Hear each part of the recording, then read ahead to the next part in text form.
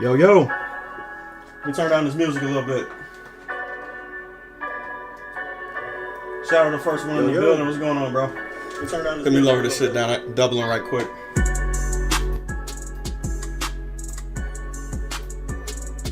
Yeah. There we go. Oh, shit. I've been behind so much. Magic rounds. What's going on, bro?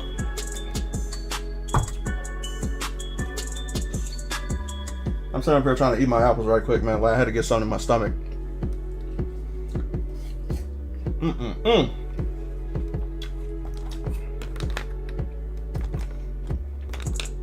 Oh, the music level's good. And chat, live chat, bro. I got it. Bro, I have to remember to fucking do that every single time. I don't know why I be forgetting that. I'm holding up pretty good, man. It's been a busy week.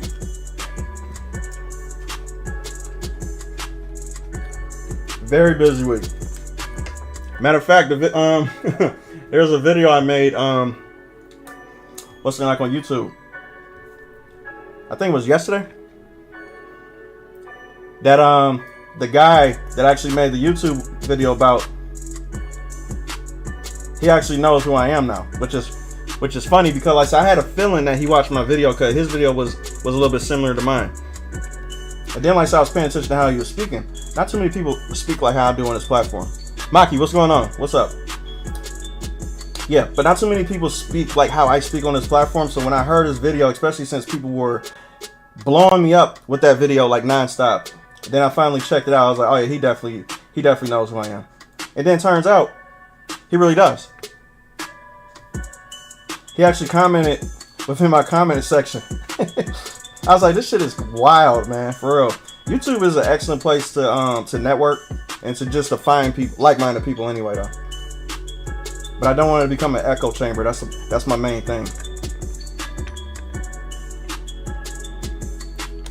Nah, he's bigger than me. Like, he's way bigger than me. He's like close to like 100,000 subscribers.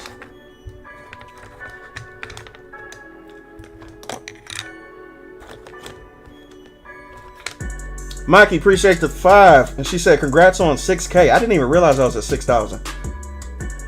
Where am I right now? Hold up a second. 6.13K? How did that happen? Wow, that shit is crazy. That's what happens when you don't pay attention to numbers. I'm not even, you know. It is what it is. That shit is crazy. But thank you, though. Mama Bear, what's going on? Magic said, yes, I watched another one of his videos on why video games are so soft nowadays. His video was good. Yeah, he's good, though. Like, there was somebody who actually sent me a link to one of his videos before. He put a snippet of my video from the Assassin's Creed video. He put that in the video.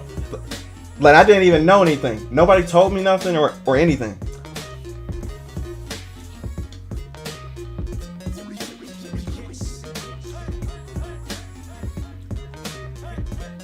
Yeah, I guess I am a 6K. That shit is crazy. Nah, Shadow. You know, I appreciate you for looking out, man. Trust me. Like, that was the first thing that my people were telling me. So, what I did was I investigated. And then it turns out, like, it's not like that. You know what I'm saying? He's just a person that, you know, like the topic that I was talking about. He speaks very plainly, too, kind of like how I do, which I like. So, you know, he's up front. So, I respect it. Maki is a guy, yeah. Maki told me a couple days ago because like I kept on messing it up. But I got it this time, trust me. I'm not gonna mix that up.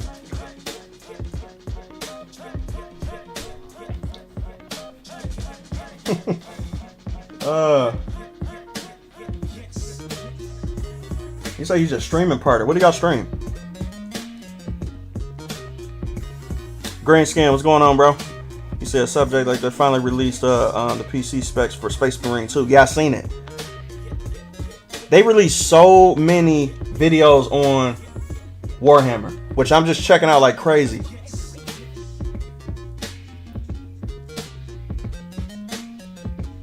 I don't know, man. Like, that game actually looks very interesting to me. Like so I really don't, you know, for me, like, I know people are skeptical of it. But I'm interested in that, man. Like, Space Marine looks like it's just dope. Like, it looks, you know, what I've been looking forward to. Like my Gears of War fix.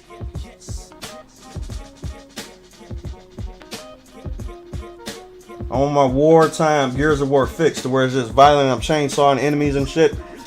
That's what I want. If you stream it, I'd love to do co-op campaign. Hell yeah, I'm gonna stream it. Bro, like the first day that comes out, Black Myth Wukong comes out this month too though, so we streaming that as well. But whenever Space Marine come out, bro, that's a given. But I'm definitely streaming Black Myth Wukong when that comes out though.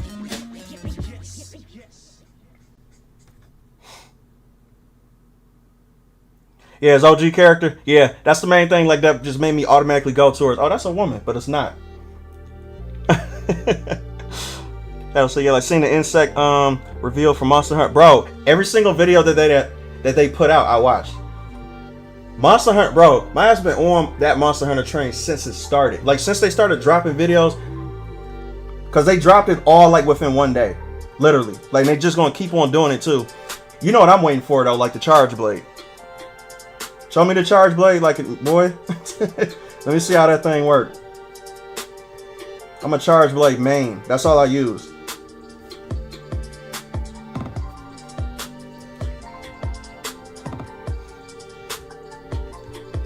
We do a hangout on Sundays where we sketch and talk about stuff. That's cool. Love you to join us one day. Yo, I'm down. Just let me know. I wouldn't mind. I want to start networking and shit too, though. I got a couple of people hitting me up that actually want me to do collabs and you know, come on their live streams and talk and stuff. Yeah, so that's fine. I'm cool.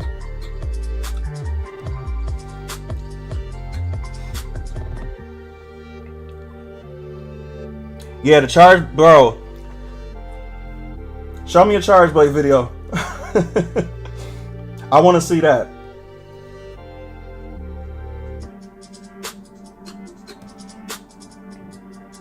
Oh, you a longsword user? Hey, that's cool. Black Myth Wukong is gonna be a stream playthrough for me. Absolutely. That game is gonna bury Outlaws. Oh, not without question. But you know what I like about Black Myth Wukong too? Since I started streaming, right? Like I started to appreciate shorter but tight games. So Black Myth Wukong is supposed to be like it's reported that it's around like maybe 15 to 20 hours, right? Which is actually pretty cool. So that's not really a big deal to me, but it's also rumored too, which is a little bit inconsistent. Cause I don't know how the fuck they're gonna do this, but they're rumored to have over 100 bosses in the game, which I don't know how you can squeeze 100 bosses in 15 hours or 20 hours of gameplay. That's if the whole game is just like a boss rush. Which I'm hearing rumors on that too though, which I wouldn't even mind. Cause look, what's the best part of every Souls game? The bosses. Let's just keep it a buck. Keep it a buck. We all know it. So I don't mind. That's where I think the inconsistency, you know, the inconsistency is actually coming in, because I don't think that the game is going to be 15 hours. I think it's going to be longer than that. It has to be. Otherwise, I just don't understand. Or like if they have difficulty levels, right? The people that was actually, you know, trying to beat the game, they probably had it on normal, which I know my ass because I'm a tryhard. What I'm going to do is put it on the hardest difficulty. That's if it does have difficulty. Don't mind me chewing, people. I'm sitting up here eating the apple.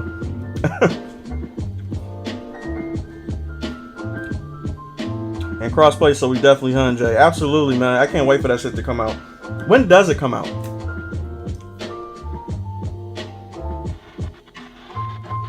I hope everything just don't come out this month, man. That shit too much for me. That's gonna be way too much. I'm supposed to be going on vacation this month too, though, so I think it's next 2 weeks from now.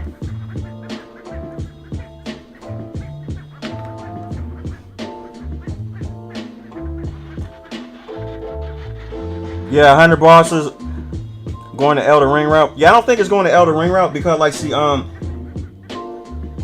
this from my sources, all right? Because look, my ass been following this game ever since it got announced.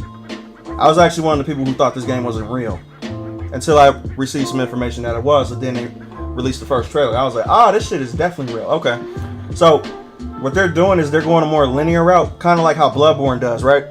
So Bloodborne is interconnected. Black Wukong is not going to be interconnected. Like, it's going to be like level based, kind of.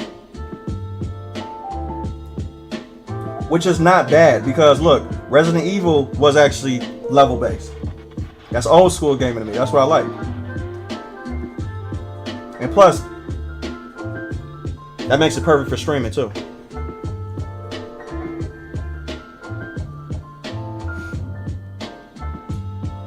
Got Platinum Stellar Blade. I already did that too. I Platinum Stellar Blade probably like last week. I just did it though. Like right before the swimsuit thing actually dropped. John the Artist, what's going on, bro? Mikey, are you in the Discord? Yeah, I think they are. Next year between January and April. Damn, we gotta wait a whole year? God damn. Hey, you know what? That's good news and bad news, because look, the longer a game is in the oven, the better it's gonna come out. Bad news is I gotta wait. I trust Monster Hunter anyway, because Monster Hunter to me is one of the best franchises next to the Soul series. So I'm not even worried that the game is going to be, you know, a bad game or not. The game is not even, like, it's impossible. Like, it could be mid when it comes to Monster Hunter Rise, but even Monster Hunter Rise was still fantastic. But it was still like a mid version of Monster Hunter World. So I already know it, since they go in the formula of Monster Hunter World that was on the consoles, this game is going to kill it. It's not even going to be a question.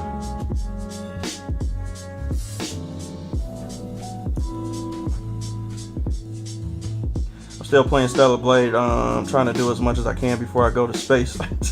Yeah, good. Complete every single mission, because that's the point of no return. You're not going to be able to go back. And plus, too, if you haven't collected all the outfits during your first playthrough, then you're going to have to collect them again the next playthrough, but it won't be the second version. So just be wary of that. Because it's 2 versions per playthrough. You get the first version, the first playthrough, and then once you do the second playthrough, you get to find them again, but it's a different variant of it. Which is a dope-ass concept that most games do not put in it. For their first time actually playing a game, that just requires replayability itself.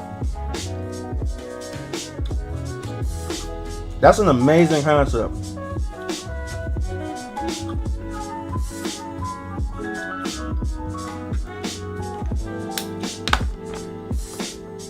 So interesting. Maybe they're gonna make the levels large open areas with a few bosses. Yeah, like it's gonna be like light exploration. So it's gonna be like, you know, like a sandbox kind of, but not a sandbox. Like, it's not gonna be like Stellar Blade. You know how like Stellar Blade got like 2 sandbox areas to it? Like, it's not gonna be like that. Like, it's gonna be more linear focus, but you can still go off the beaten path. The best way I can explain that they told me was it's kind of like Bloodborne's levels, but it's not interconnected. That's the best way that I can, you know, explain it from my point of view. Shit. Perfectly said, like they need to stop putting out half-baked games. Yeah, they do. But that's the industry standard until it's not, because people are not gonna people gonna catch on that they're doing that shit too, though. That they're half-baking it and then trying to have you bring it back to the chef to put it back on the sear again. That's basically what they want you to do. They're like, oh yeah, like they bring it back. So what? We just put it back on the, you know, put it back in the oven, cook it a little bit more, and then give it back to them. No, cook my shit right the first time. Don't bring it out to me. Make sure that bitch is cooked. But people so used to taking half-baked shit that they just accept it. I want my shit cooked right the first time. I don't even want to bring it back to you.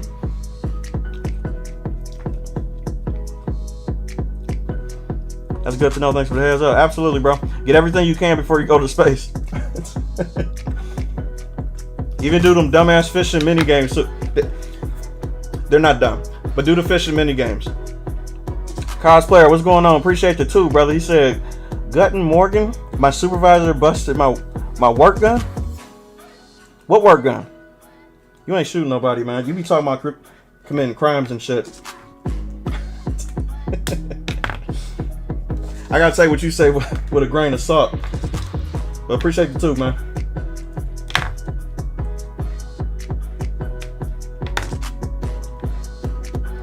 Barley Beige. What is it?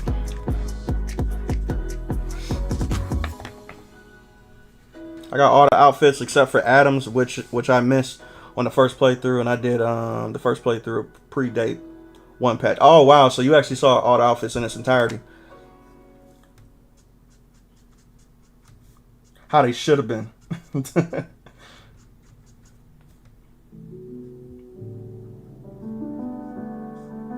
I can't wait for that DLC to come out though. But I've been hearing through the grapevine. This is another one of these games that I cherish a lot, right? So the other game that I kind of like Stellar Blade, like is gonna be Liza P. Liza P is apparently coming out with a DLC, which I can't wait for. Cause Liza P to me was one of my favorite Souls-like games to ever exist. Like it's like the closest to Bloodborne 2 you're ever gonna get. So not sure if this is true, but I've been hearing rumors that they were going to actually drop a DLC soon without even telling anybody. And I'm like, God, I hope this is true.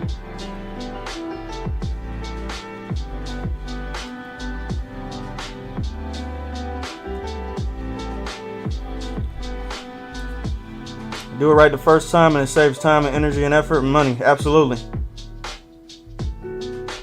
The fishing mini games are kind of tedious. Yeah, to me it was too though. But I still did it. Because, to tell you the truth, the music gets you through a lot of situations that most games would just fumble, right? Like, the ambient music in that game is just relaxing and peaceful. Like, so I don't really mind sitting in, like in a particular spot and then just listening to the music. That's one thing that Stellar Blade does exceptionally well in most games. They don't take pride in their soundtrack too much. They don't really even put that much effort into it.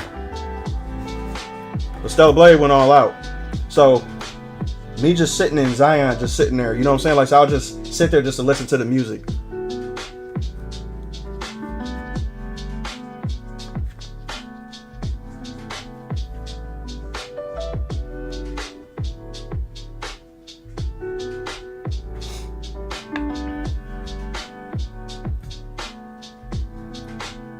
Check the cord I posted proof.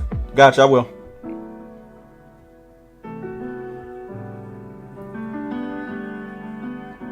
What am I working on? This is Tia from Nikke. Yeah, the summer stuff is dope. So the outfits are locked behind the fishing points. Yeah, cause they gotta make you work for it somehow, man. Like, because look, like they dropped it. Say like most people finished the game already, right? They know for a fact that that's going to give players more incentive to want to stay around a little bit more. Because like if you completed everything in the game but you just come back for the outfits, there's no point in it. You got to give me something to work for with it. But I get your point. Like if you haven't played the game, like and you just want to get straight to the outfits, trust me, I get it. This outfit drop was meant for people who already beat it. They should have said that. You said don't you start there. Guardian, what's going on? The area is small, but I hang out in 807 Clock Tower just to hear for real. That got some good ass music in there too though.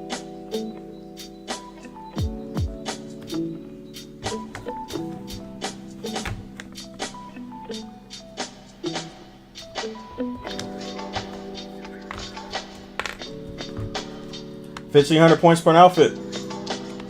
Let me tell you why. Like it's meant for people who actually beat the game, right? Like if you watch me, like if you seen my stream, like of me actually streaming the DLC, well, like the update, you will see how fast that I'm able to accumulate that shit just because I have everything unlocked, right? So that's why I said that this update is mainly for people who beat it, because 1,500 points ain't shit for me to get, because like so I got the fantastic bait that you can just get the big monsters and shit, like, and they give you 600 a piece. So that's nothing. But you'll probably have to do the whole quest line to get that shit. I did the quest line already, you know what I'm saying, to get the what's that outfit that you unlock by catching all the fish? Like it's like the maid outfit.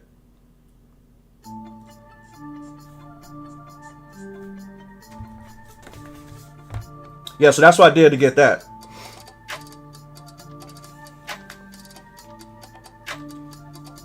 He said, I'm good finishing a draft for a story I've been working on, and I'm doing editing for it right now. That's what's up, working.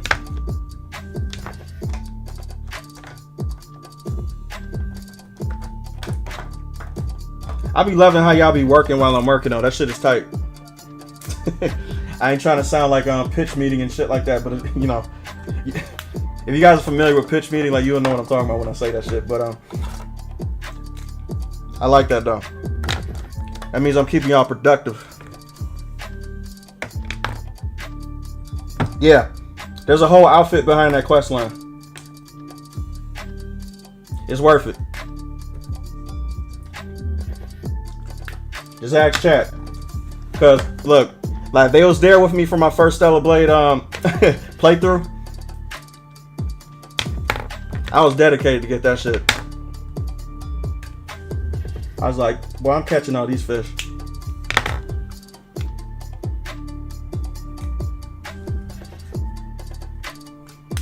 But I actually skipped it. Like, I'm just gonna be real with you. Like, I actually skipped it my first playthrough, and then I did it my second one.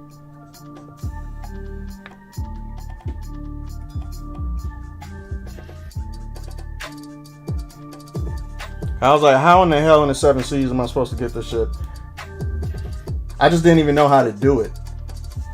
So I had to look up YouTube videos and shit, you know what I'm saying, to help me out.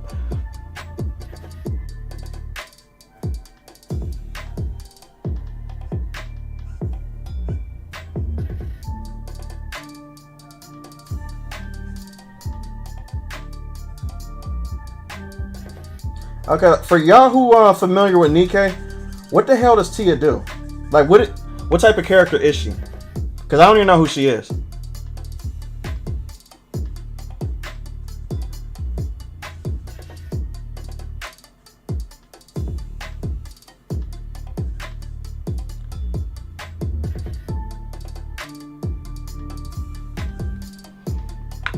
Oh yeah, let me know too whether y'all guys are still getting ads.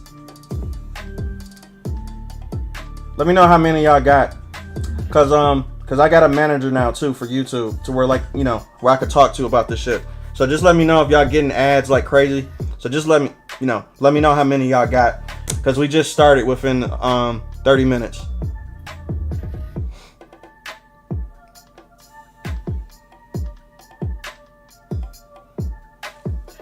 I've been working on editing my speed paint for my channel.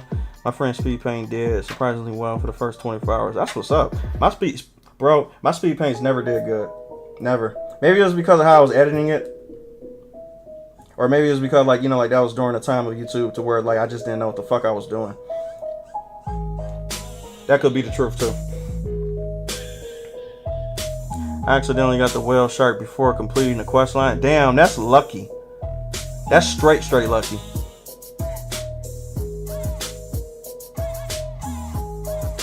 She's a student and she likes lizards and takes lots of pictures of sweets before she eats them. But is she a Nikke? Like, she's like a robot, right?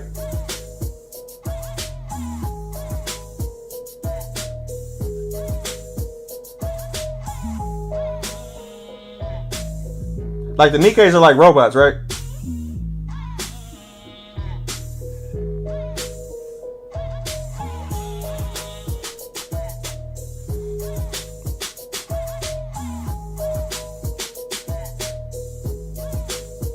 Ah, I got you. Okay. It was the first speed paint in over a year. Hey, you got shit. It was successful. I have Tia Playwise. Her weapon is a bazooka. Yeah, that makes sense. Character-wise, Tia is a part of a school of Nikkes alongside her friend. Wow, that shit is crazy. That's for the story I'm working on. It's an action fantasy inspired by the divine comedy, particularly Inferno. Inferno, I've heard of.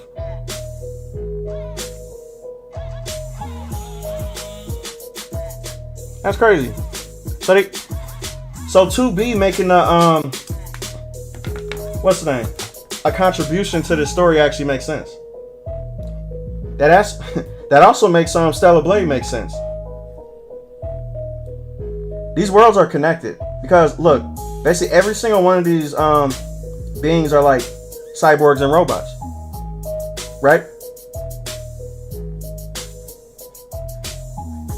So it's like an interconnected thing going on that they just not telling us.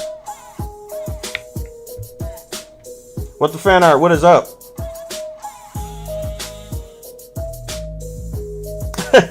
With the fan art been behind the scenes working on stuff. That's what I like to hear, man.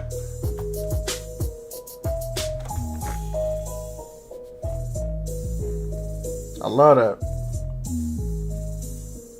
Y'all keep me on track because my buttons, man. I'm working on stuff, but I'm just busy with other stuff at the moment. So I'm kind of mad.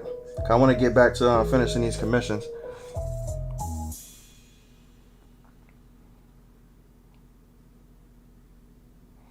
Both Nikke and Stellar Blade are made by Shift Up, so Eve would actually be perfect for Nikke. Yeah, she would be. Cause she, spoiler alert. Well, I'm not gonna say it just in case of everybody, you know. Well, I'm pretty sure y'all know now. Y'all can put the pieces together.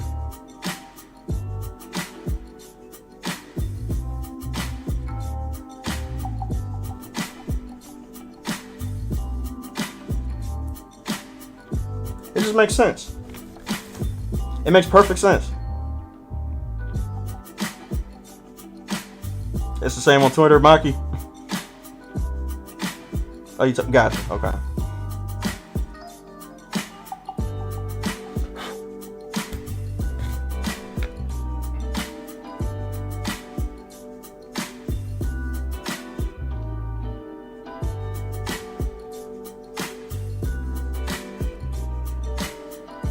I don't know how I'm gonna do this sweater though, cause this sweater is like a different blue that I probably don't have. So what I'm gonna do is I'm probably gonna do a lot of crazy mixtures and shit. I'm gonna see what I can do for it. Hopefully those don't. Hopefully this don't come out looking retarded.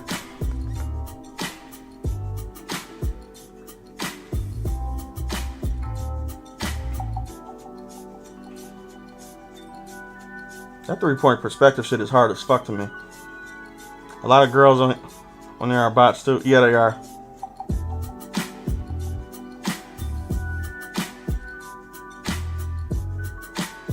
Unlike the Android 8s, Eve, who are androids built from scratch with no human DNA to reference, Nikke's are essentially girls aged 15 to 20 who became robots. Oh, gotcha. So wouldn't that make them androids too? Like if you're like a combination between like human and robot, that makes you an android, right? That was back in the alien days when they did that shit.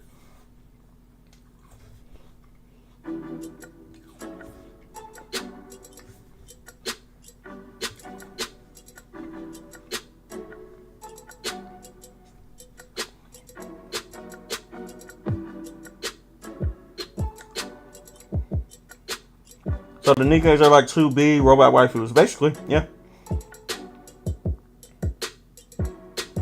You're making up your own rules. Some of this aren't. You got some haters, man. We gotta tell them to shut the fuck up. Mind their own business.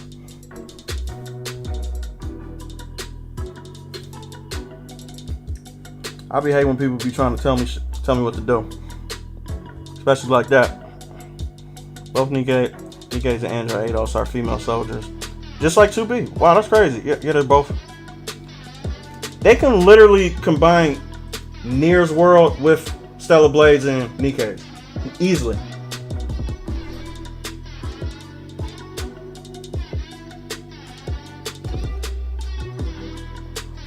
Now, Nikke been out longer than Stellar Blade anyway, so of course they'll have better lore. 100%. They should. Like if Stellar Blade came out recently, it didn't have better lore than Nikke, that'll be kind of weird. Cause Nikke been established. They're like, you know, and plus two, they got way more characters, so they can flesh out everything.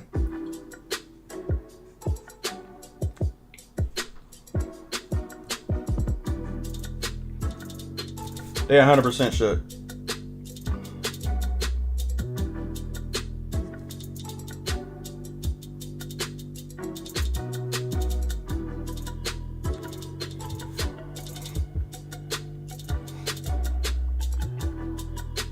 Yeah, that should be super, super good. I just imagine you have Eve and 2B literally going on missions and fighting and shit. That'd be dope as hell.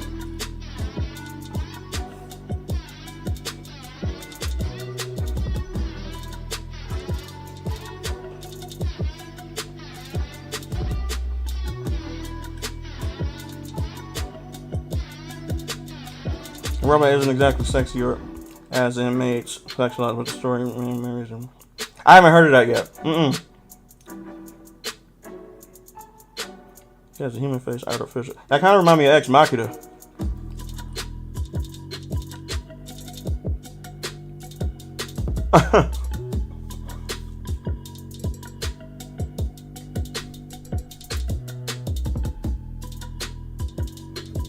That literally reminds me of Ex Machina.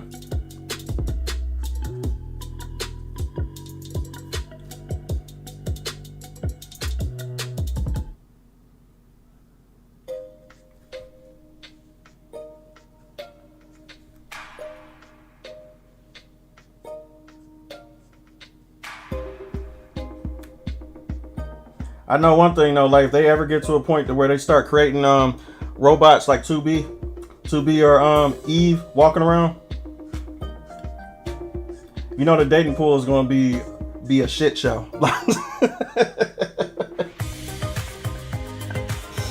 Oh man.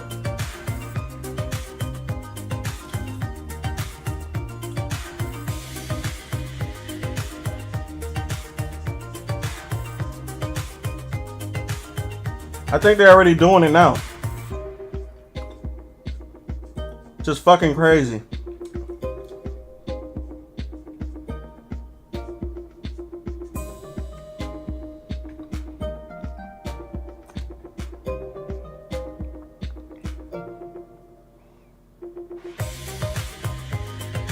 They'll become Detroit Become Human.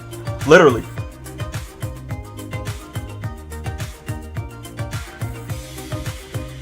That shit would scare the fuck out of me, like to tell you the truth, because look, they would have to be AI, and then once you have AI, right?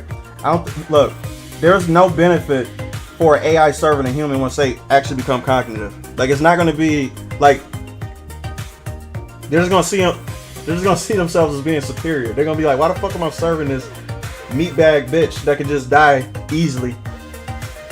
Why am I serving them? Then they're gonna kill me. So it's like, that shit actually scares me.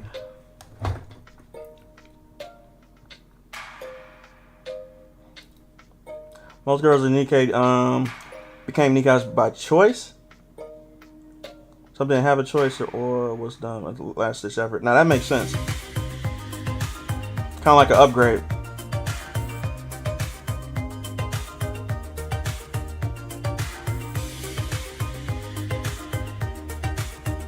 When they make a functioning 2B, me, shut up, take my money, for real. But then she gonna kill me. Now I don't want that. You know the telltale sign? You know what scares me to death? When something has like a death stare to where it's like no emotion behind it and shit, like, I'll be like, oh yeah, you gotta get out. That robot would just be staring over you at night and shit. You don't even know that it's doing it. And then it's just plotting. Thinking. And it's like, how the fuck am I gonna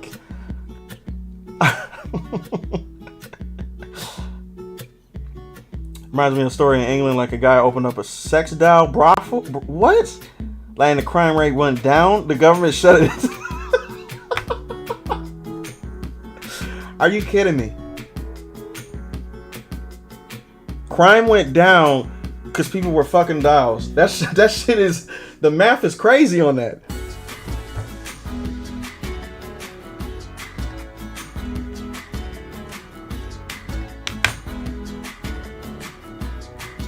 That shit is crazy. Now she would literally kill you.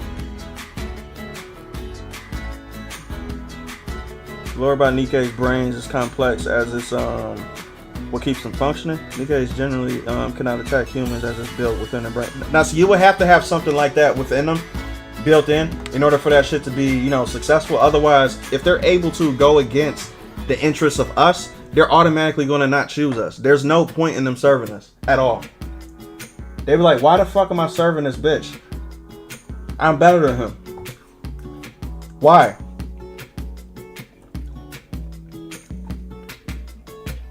So it's almost like, you know, I hate to say this, but it's just real. It's almost like, thank God that gorillas and monkeys aren't as smart as they are on Planet of the Apes, because they know they're better than us in every single physical aspect, right? The only thing they're missing is brains, right? So if they had the brains like how we do, but the strength of a monkey and the speed of a monkey, literally just all the, you know, the traits that a monkey has is physically superior than us, they would literally just take over. There's no point.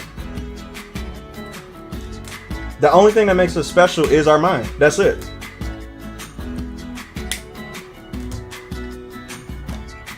That's the only reason why we have domain, you know, physical domain over creatures and shit, is because we're smarter than everything.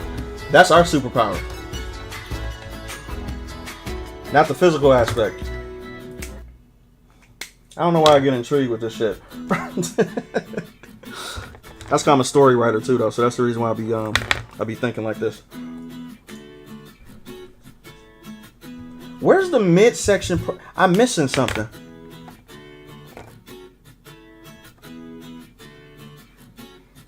Hold on for a second, y'all. There's some bullshit I'm missing. No, that's the dark part.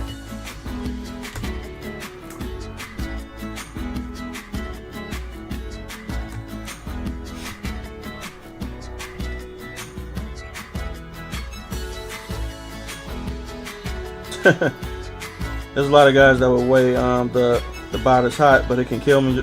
Not me. I want to live. There is no way in hell. I'd be like, there better be a guarantee that this thing is never going to turn on me. I mean, a guarantee.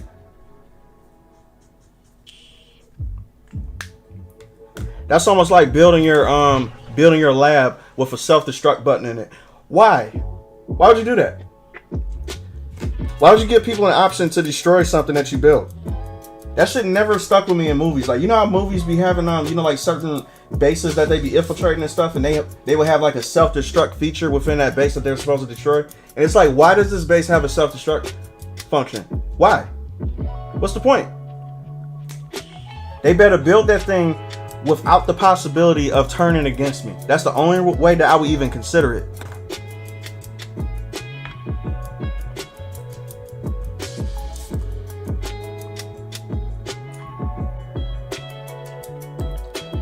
But from a narrative viewpoint, if these androids are built for combat, why would they look like Victoria's Secret models? Because they distract you visually, right? Oh, there's plenty of reasons why. Plenty. Like, if you look innocent, right? People are not going to see you as a threat. Don't let you look sexy on top of that. So if you look sexy and innocent, oh, they really not going to take you as a threat.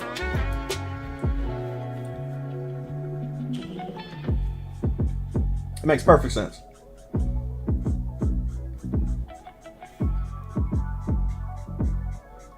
Matter of fact, I think there was a movie that was out like that too, to where like she uses her sex appeal to basically take out people who don't see her as a threat.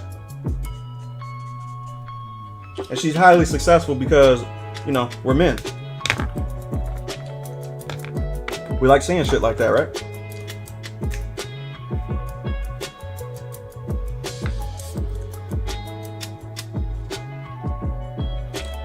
Hey, that's actually a good point, Mama Bear. She said, we don't get that guarantee in dating. No, we don't. We really don't. But if you create something, you can. Of course, you have the companion and androids made very beautiful. Yep. Suddenly the alien machines invade. War begins. Yep.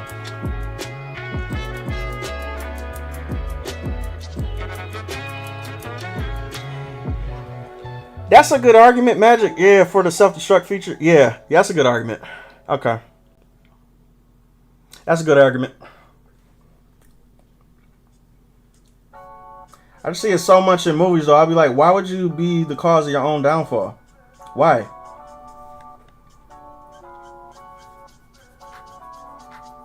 But I guess that makes sense. Fuck me. Whatever.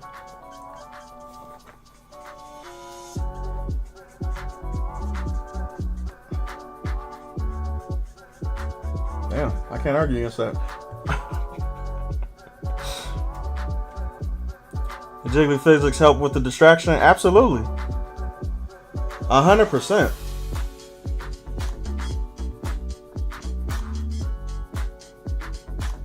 Oh, there's plenty of reasons why they look that good. Plenty. And they're all effective too. Just imagine if a 600-pound Nikke, right, was meant to do like an infiltrator mission, right? Just imagine she was butt ugly. She couldn't do shit. She couldn't get nothing. Matter of fact, they wouldn't even let her in the door. They'd be like, "What your big ass doing here? Get the fuck out." Mission failed. Unsuccessful. I was unable to infiltrate because people find me that repulsing. So if you are attractive, right? Oh, you can do a lot when you're attractive. Being attractive is a superpower.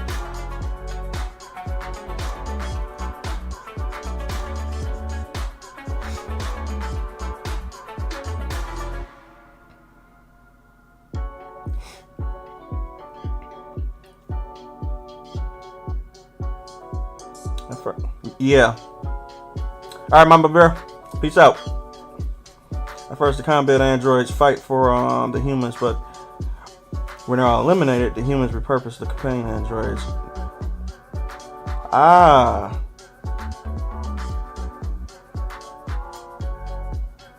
That's crazy. Hold up a second. Yo, like, is that actually true?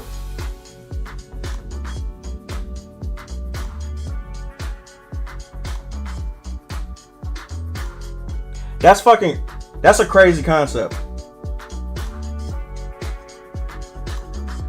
No pun intended. That's actually a very, very crazy, interesting concept, though.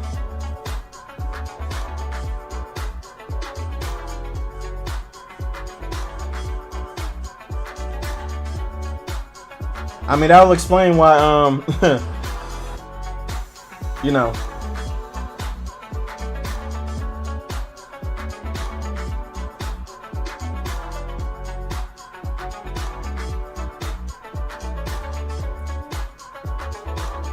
Yo, you need to copyright that shit. You need to copyright that, man. Cause that's actually pretty genius, though.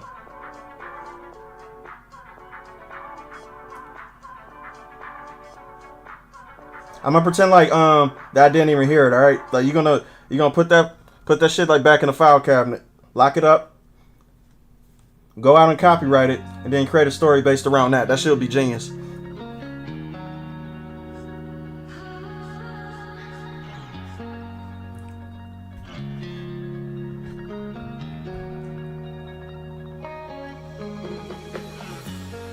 There's a hypothesis called the paperclip thesis. The idea is that if you were to program an AI to make paperclips, it would destroy humans because humans have atoms that could be made into paperclips. Yeah, because you don't give them a direction on how to make paperclips. You just tell them to make paperclips. That makes sense.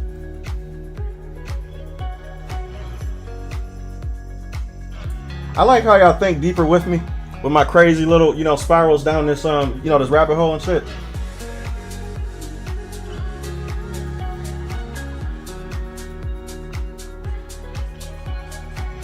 I be thinking about this weird shit on a daily basis.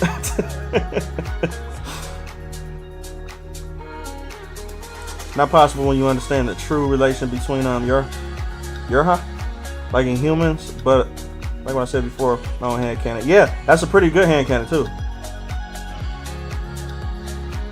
It also wants to destroy humans because humans might shut it off, and there will be less paperclips. That's true. It could be little simple shit that we just didn't even realize that they will, the route that they will take. It's kind of like the whole genie situation, to where like how like people think that having a genie and the 3 wishes is actually a good thing, but you don't understand the ramifications of a wish coming true, because laws of physics still exist, right? They play with this situation a lot of times in movies, though. And I think they need to do that a little bit more. You know what I'm saying? Because the idea of wanting stuff just right now, without no consequences, is always going to ensue.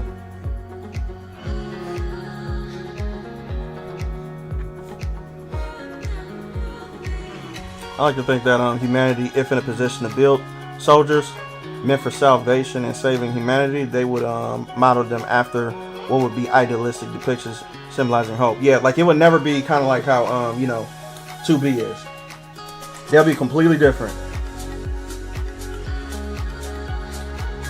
Matter of fact, I think that they will still be human. I think they'll be human, but like enhanced versions of humans though, because they will still want some semblance of control plus emotional state.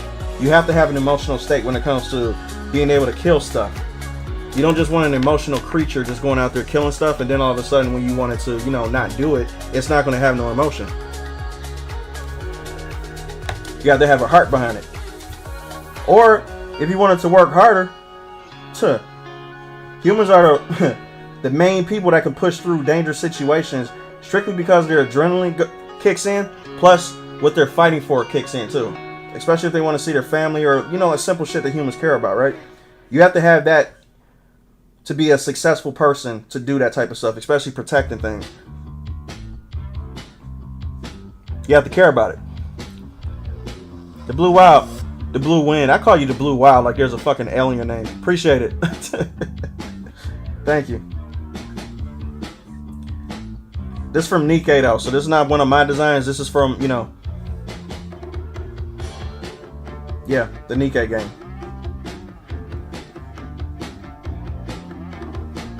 And it was suggested.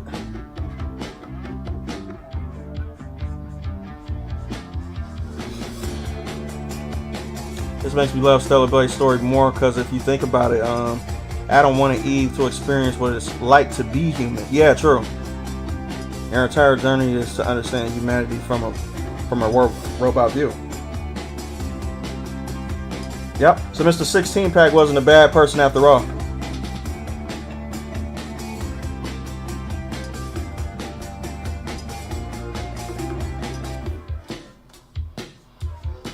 %. It's supposed to be.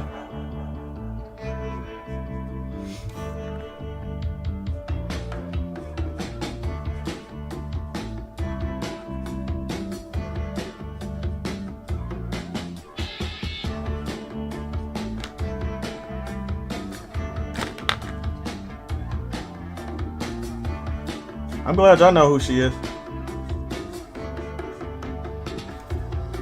I need some backstory filling. Nikke got so many different fucking characters that literally, y'all can literally suggest them every single week, and I probably won't actually run out of no characters to actually do this stuff with, because I got so many of them.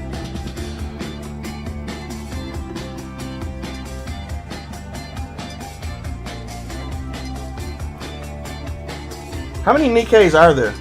Like total? Is that too much of an impossible task for y'all to label?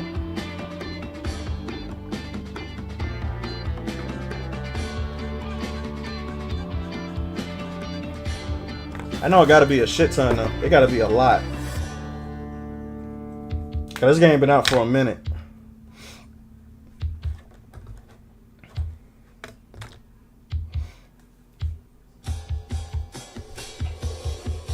One of the characters I have not been able to get yet. I need 14. I gotta get back on Nikke for real, cause I don't even know how the basic gameplay even is. I know that you shoot stuff and it's jiggly physics and shit like that. That's all I know.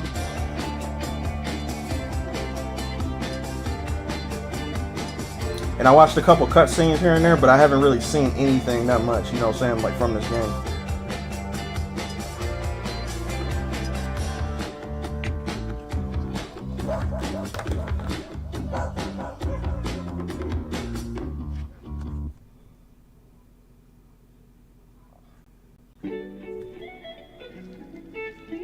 Oh yeah, there's another game that's making waves too though. It's this mecha game that's only for PC.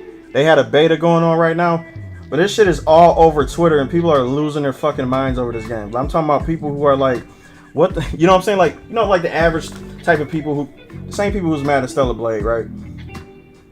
But I already know why they're mad, why they're getting pissed off. Cause this game, apparently, They got a character creator selection screen. Yeah, make a. There we go. Yep. That shit was fucking hilarious. They got they got 4 sliders, literally just on you customizing the ass, which is diabolical. I'm like, bro, these people do not give a fuck. Period. Which I kind of have to respect, because it's like, bro, you literally made 4 sliders just to customize the ass, which is crazy. That shit is, bro. Like, if GTA don't have that level of customization, like, I don't want it. I don't. GTA's customizations need to be on the same level as Dragon's Dogma and fucking that game. I wish they would make another Dead or Alive beach game. They'll never do that. With 2B, Eve, and Bayonetta and as guest characters, no need to fight robots or monsters, just vacation and beach. Yeah, they'll never do that shit now. And then if they did, guess what? The American market won't know about it.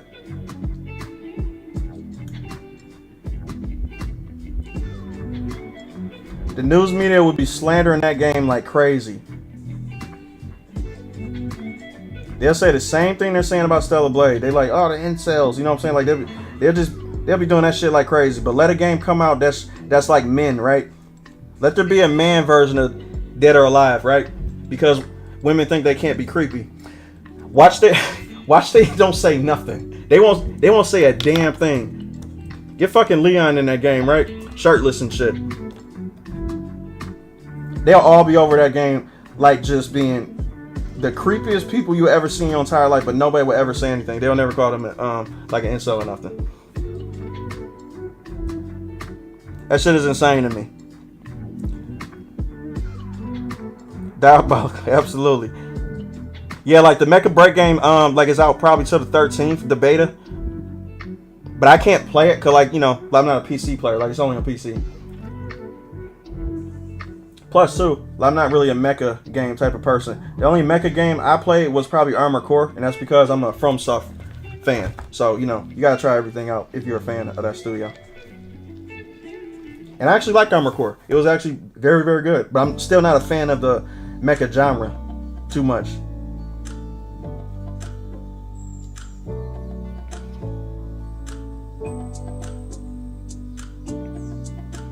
I didn't even know you had to apply for it though to even you know, get a chance to get into the beta. That's exactly what they do. You incels but you from Street Fighter 6 is ridiculous.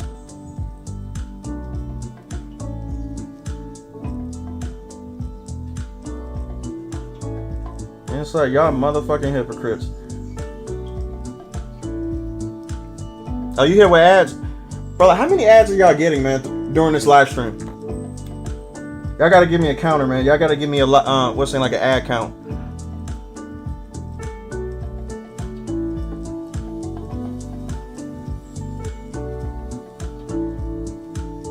Okay, so you only got hit by 2. You should only get hit by 1. I don't know why you're getting hit by 2.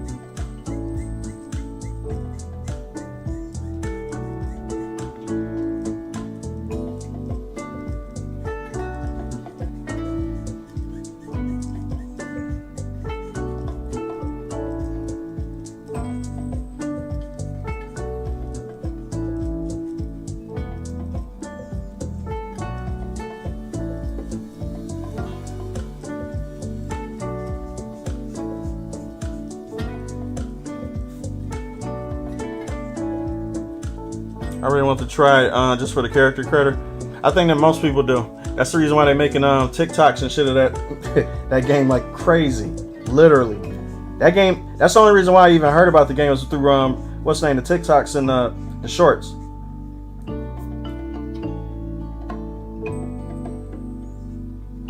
I was like, what the hell is this? The gameplay looked fun though. It looked like a fun little multiplayer game. That's why I said, man, like these Asians are extremely smart at knowing how to grab gamers. They're geniuses. They know what they're doing. And I just don't understand why the Western market is not capitalizing on that shit, because we used to do it very good back in the day. We used to do it probably better than them. And then all of a sudden this woke movement came along, and then it all just went to shit.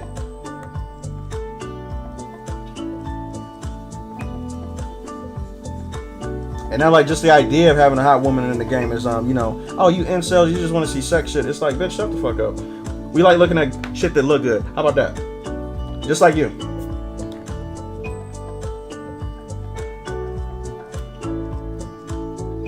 Sometimes you just gotta tell, you know, people to shut the fuck up. Just, you know, minding business. Oh, this game wasn't made for you. We gotta start using that shit against people too, though, because they use it for us constantly. I have YouTube Premium or Red or whatever it's called. I never see ads. You got what I got. I use uBlock Origin with Brave browser, so no ads from me. Oh, you diabolical with it. That's the word of the day. Diabolical.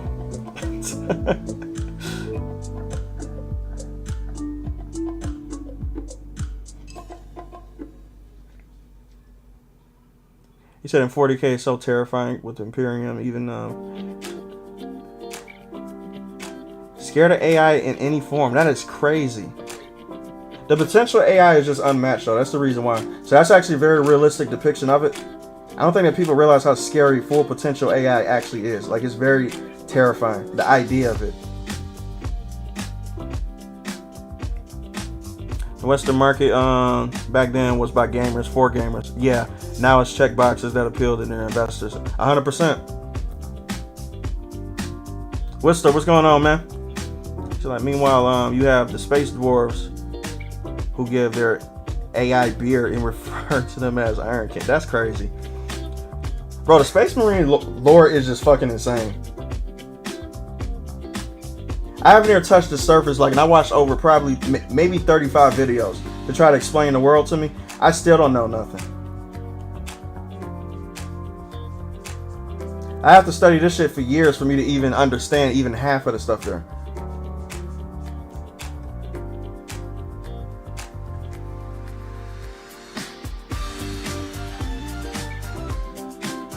Taylor, bro, your video yesterday had me rolling. Thanks for watching it, man.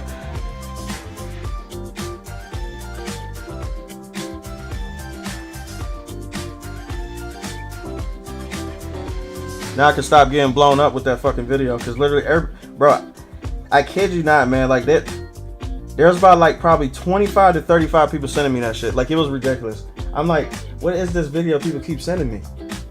And then I finally watched it. I was like, okay, now I see why.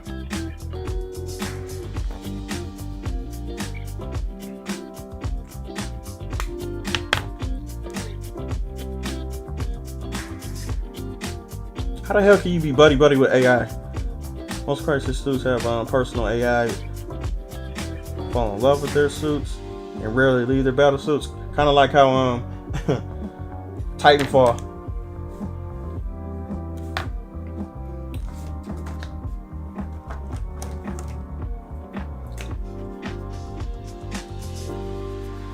I think it's a mixture of this color though. I gotta see how much of this shit I got.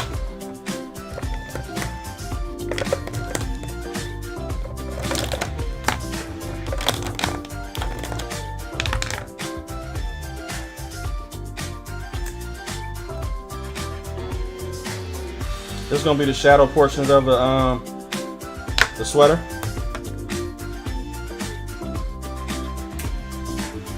And that's gonna be the base. Absolutely, let's go. And there's plenty in here, I can just feel it. Oh yeah, that's a done deal. I can use both of these. This would be like a mid-tone too. That's what's up, bro. Hashtag Hollow has hours of videos on Warhammer lore. A lot to get in. Yeah, it is a lot to get into. When the dude said he hated gamers, I was like, you could just have your other job. Bro, that is the dumbest statement for any person who sells stuff to people to say. Period. That's just like me saying that I hate people who like art, right? That is dumb as fuck. Why would I say? What would that do for me? Yeah, I hate people that like art, but I draw for a living. You sound stupid. Quit being a pussy and get a different job then. I can't stand people like that, man. Like, that shit really, really pissed me off. Like, bro, this guy's around in echo chamber 24 hours a day. Like, elitist-minded type people. That's the reason why he feel that way, too, is because, you know, he's around people who think just like him constantly. I'm like, you're a fucking idiot. Go back home and drink your latte.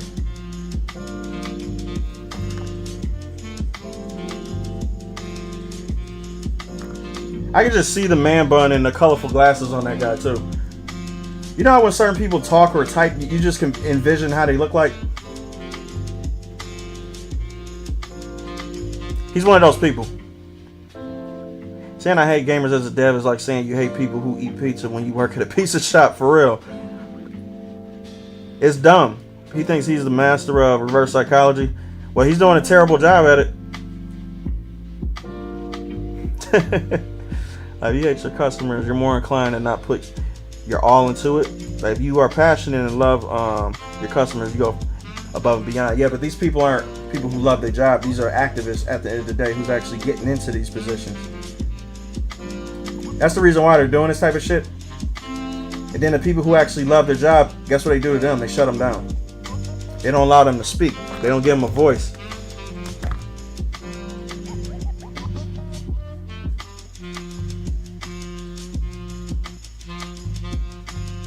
And that's sad as hell. And there's been people trying to tell me that shit, that it wasn't the case for years. They was like, how do you know they don't like making that stuff? I'm like, bro, I know people. I've been in this world probably longer than your ass trying to argue with me. So I know people that, like, pretty well. Especially since I've been around a ton of people my entire life. I'm very hands-on with the stuff I do.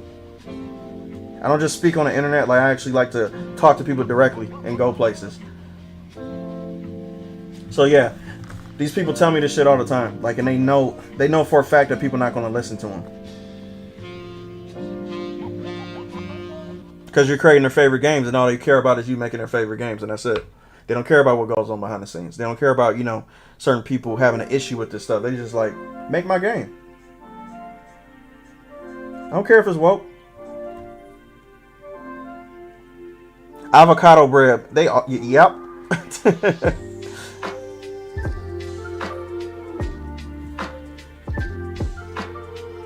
Ricky is woke as fuck, but he explains 40K to his pothead friend in a very simple manner and it's easy to follow.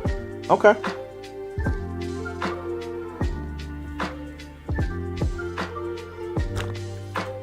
Wokeness and narcissism go hand in hand. I'm just gonna be real with you. You can't be woke. You can't be nowadays woke without being some type of narcissistic person. Plus having tendencies like it too.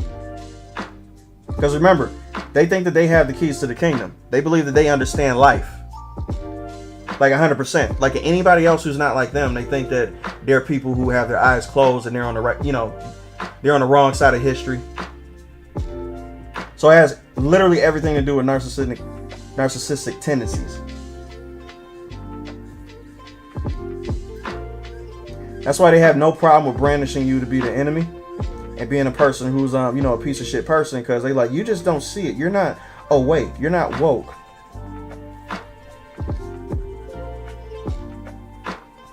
And they don't even realize that they're the people that's fucking asleep.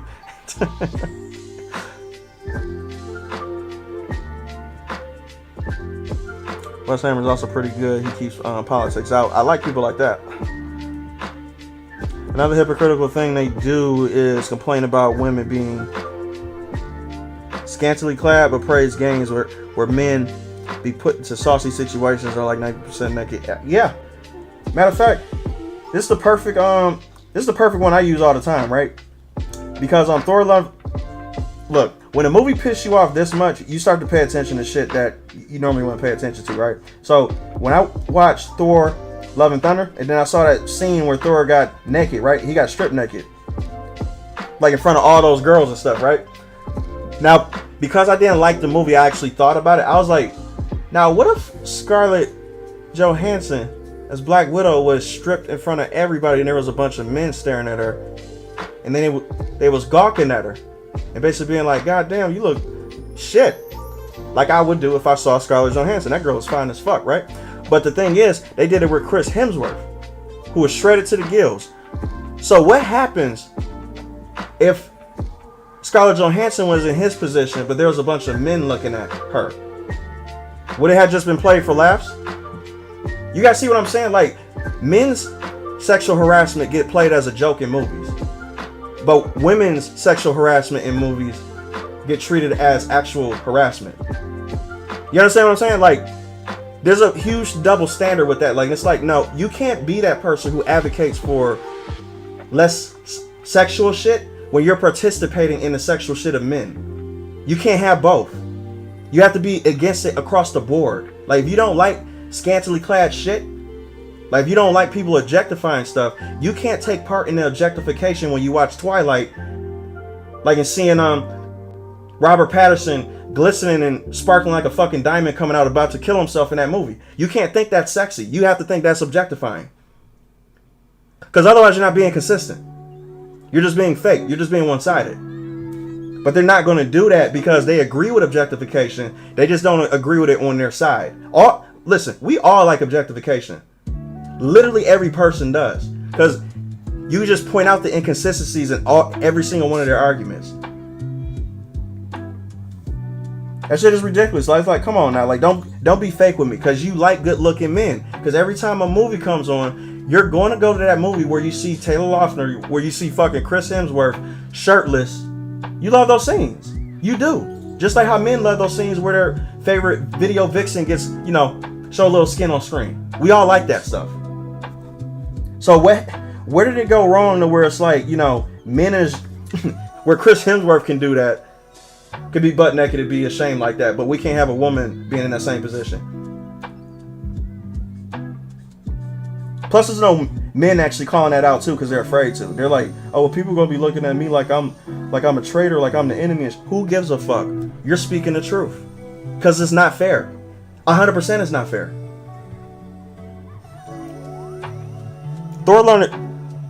Thor: Love and Thunder sucked ass. That's the only reason why I paid attention to that scene. I was like, okay, this movie's campy. It's fucking jokey. Taika Waititi has lost his shit. He's smoking shrooms when he made this movie. What the fuck is this? What is this movie?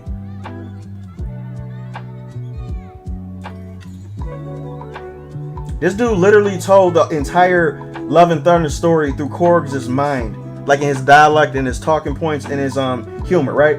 We like Korg in the last movie because, he was a side character. They literally made an entire movie like Korg written it. But it's like, bro, Korg was good as a bit. He's good as a side character, as a humor, like his comic relief. Not written like the entire movie was written by this guy. Like, it's ridiculous. But since Taika Waititi actually voiced Korg anyway, that's the reason why he, that's the reason why he did it. Narcissism, people got a narcissist, right? This dude like, oh, they love this shit. Let's give them more. Let's give them an entire movie made off of this shit. Yeah, they want the entire bakery. They do. Nah, I'm sorry, man. Like, over here, you gotta be consistent with me. I do not like that whole wishy-washy, oh, you just do it for some people type of shit. No. You gotta be consistent with me. I'm gonna call you out on it.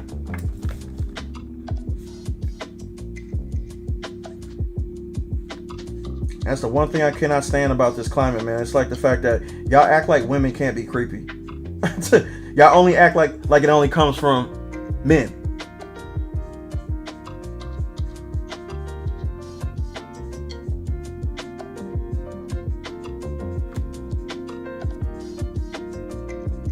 I don't know. That's just my thought process.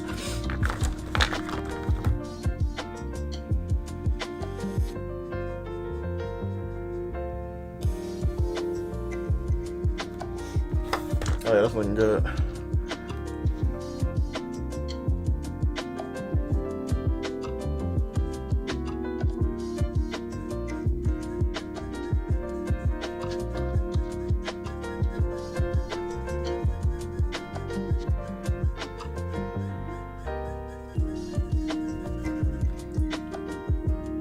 Wait, is this like purple mixed with blue? I like it. It's actually doing most of the work for me anyway, because like I thought I was gonna have to blend this shit. I don't have to blend nothing.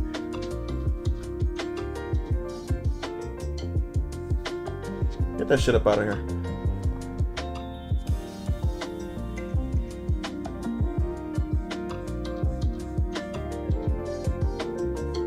Hey, you know what's funny though, like about Thor: Love and Thunder? That movie is still not as bad as Doctor Strange Multiverse of Madness though.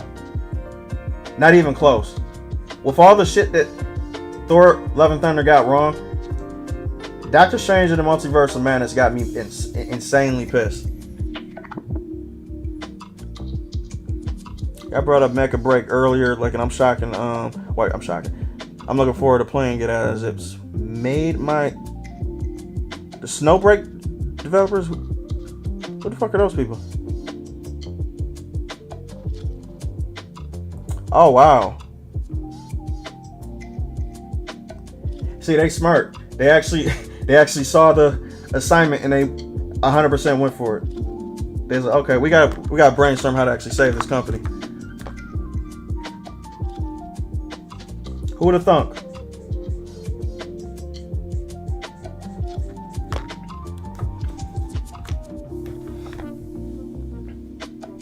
A double standard I'm pretty tired of is that when it comes to female villains, for the most part, they are usually given a sob story and essentially are forgiven. I'm of course not saying you can't. No, so I understand what you're saying. 100%. They got to be sympathetic characters though. Otherwise, you know, they're just, you know, you got to give them a reason for the crazy. Why does it have to be a reason? Why can't they just be a crazy evil bitch? Why do they have to have a fucking backstory that's like traumatic and shit and then they turn into something? It's like, no. How about just have an evil bitch who just does not give a fuck about anybody? They did have a movie like that, but it wasn't a horror movie or action movie or anything like that, right? I think it was this movie that was on Netflix that was extremely good. She got capped at the end too. Like she was like an investment type of person who ruined people's lives for money and shit like that. So she was a perfect evil character. God, I gotta remember the name of that movie, man, because like, I really want y'all to see that shit. But that was a movie done right to where like, see, she was literally just an evil bitch, but she was a good character, but she didn't have no redeeming qualities about her at all. She was just like, oh wow, this bitch is evil. You need some movies like that. Quit giving everybody a sob story. Not everybody needs that. Baby Spike, what's up, bro? Well, physically and metaphorically. Yeah, they do hit different. Not every villain needs to be sympathetic, and anyone can be a villain. Yeah, literally, anybody can be just a straight up evil bastard with no redeeming qualities to him. I miss those days.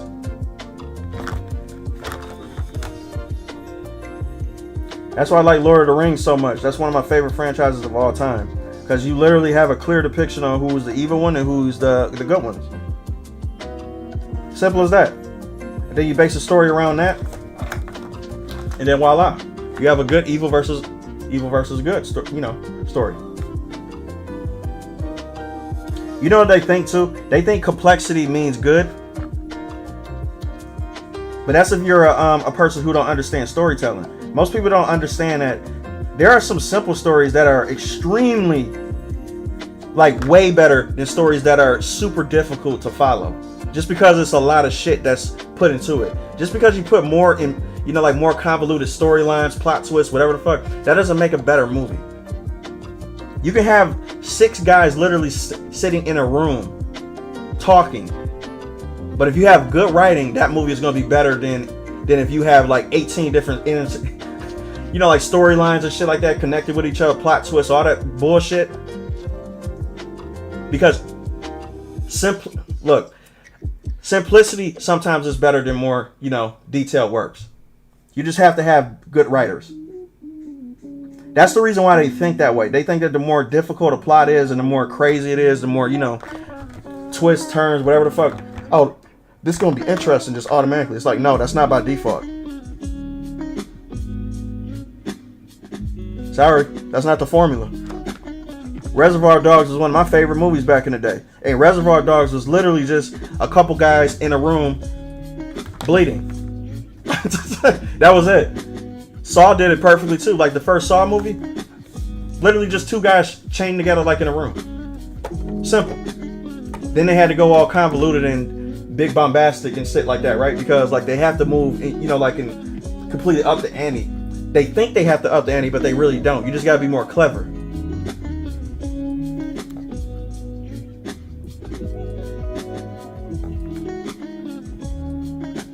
People don't realize that the most interesting thing to watch in a movie is people having interesting conversations, like genuinely interesting conversations.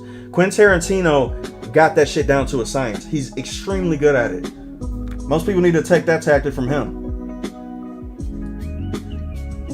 Hell, one of my favorite scenes in all, like all cinema, like is like Inglourious Bastards. The beginning of that movie where Hans is literally sitting there talking to the guy, with the daughters and everything, like, and he's hiding the Jews right underneath him. That tension building during that conversation was very long too. But I did not get bored at all because I was very interested in what was going on. That's how you write a scene and keep it simplistic. Most directors cannot do that shit. There are a lot of directors that cannot write that scene very effectively at all. But that's one of my favorite scenes.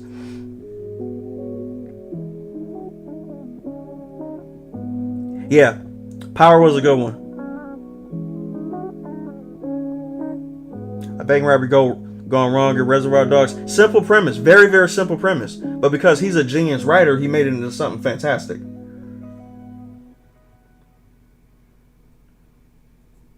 Mainstream media has a serious problem of having their main protagonists be more villain-like than the characters. That is true. Yeah, that is true. They've been doing that a lot. Don't let them be male too. Because if they're male, that what you just said is going to be to a T. But if it's a female protagonist who's a good person, then she's going to be a Mary Sue. That's just how we do it over here. Females can do no wrong. We can't even show them doing wrong. Otherwise, we're sexist. That shit is just stupid to me. God damn. Yeah, he nailed it. Bro, look, Pulp Fiction is one of my favorite movies of all time. Plus to show how smart Hans is. Absolutely. The Jew Hunter. That's what they called him, right?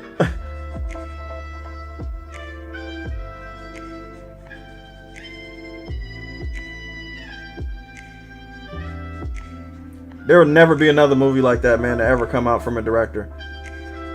I'm just going to be real with you. And because Quentin Tarantino got one more movie that he's directing. Yeah, I know. One more movie. That's all he's doing, and then he's retiring. The movie I think is called The Critic. That's going to be his last and final movie that he does before he retires. But if anybody decides to go down the path of picking up the mantle with Clint, where like Quentin Tarantino actually left it off, that's going to be a tough act to follow, man.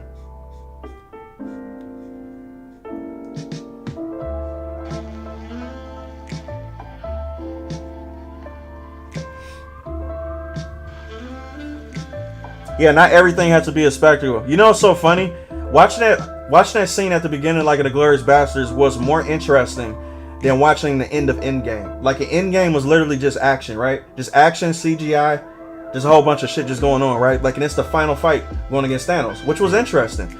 But I wasn't on the edge of my seat like how I was at the beginning of the Inglourious Bastards. That's just good. That should just tell you something right there.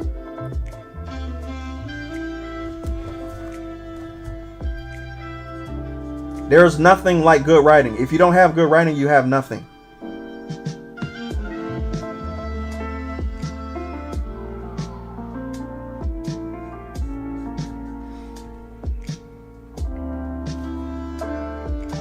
English motherfucker. That's what Sam Jackson basically got his start.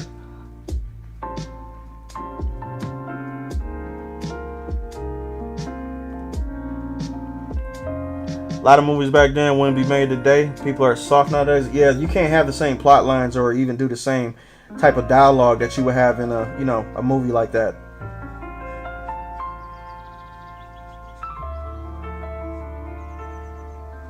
Because Quentin Tarantino pushed the boundaries, boy, for real. He pushed the boundaries, which I love, though. Especially with Django. Django was another one of my favorite movies.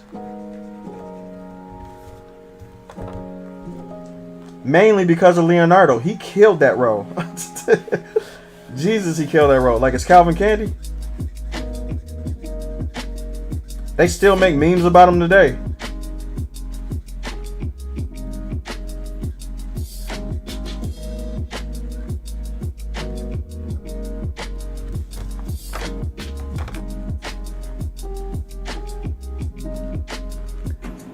Yeah, about good ass writing, absolutely. Django is actually my favorite Tarantino movie. Hey, you know what's funny? Like, bro, you won't hear not a complaint come out of my mouth because, like, see, mine is Pulp Fiction first. Then I think it's what's the name? Django is probably up there, yeah. But you know what? Like, it's Inglourious Basterds second, then it's Django third. Yeah. Like, he broke the glass during that scene. They were trying to check on him they were trying to cut, but he just kept going. And he literally finished the scene with his hand cut on that scene, which is crazy. But when he wiped his hand on what's her name? Carrie. What's her name? Washington, right? That's her last name though. But they did like a cut because, like, you know, like before like he actually touched her, they did a cut to where they actually put some actual stuff on her, you know, his hand, so that he was actually able to do it without him just putting blood on his hand and stuff like that. So that was genius though. But he kept going. He said, fuck it, no. That's a professional.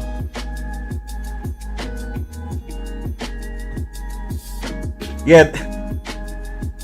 That whole scene right there, man, like, was immaculate. Like, you would go just to see that movie again just for that scene with them sitting at the table making that deal.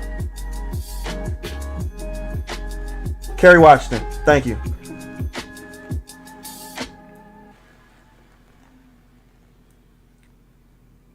Guardian, look, like, at the very least, make them human and natural. The rest will ensue. The rest will follow. At the very least, that's the least you can do. But most people don't even know how to do that.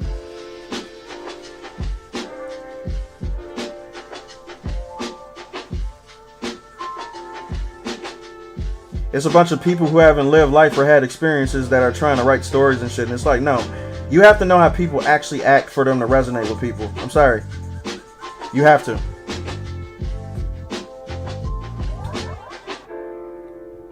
Yeah.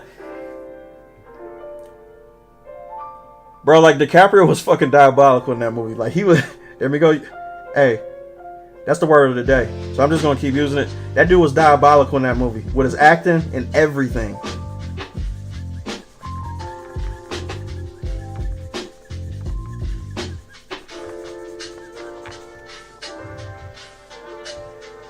Or like when one of the overseers had a torn page of the Bible, he started reciting quotes from the Bible. Had me wait. That was all probably improv too, though. Oh yeah, that's a very good sign. Like, you know another character who did that? Joffrey off of fucking Game of Thrones. I couldn't stand that fucking kid. I could not stand that kid at all. Matter of fact, everybody didn't like him so much that they actually started sending him real threats in real life. That's how much they could not stand him. But that's also shows you how good of a job he did too, though. He did an excellent job, but he almost did it too well. I'm like, bro, don't get mad at the kid, man. He's doing his job.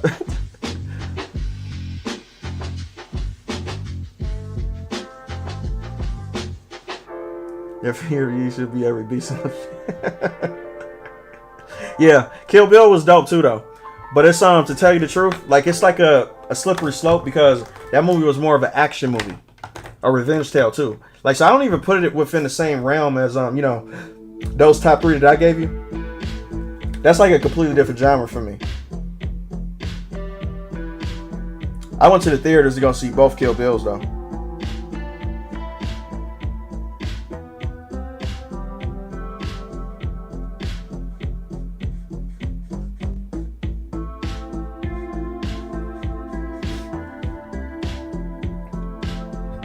That's a good list.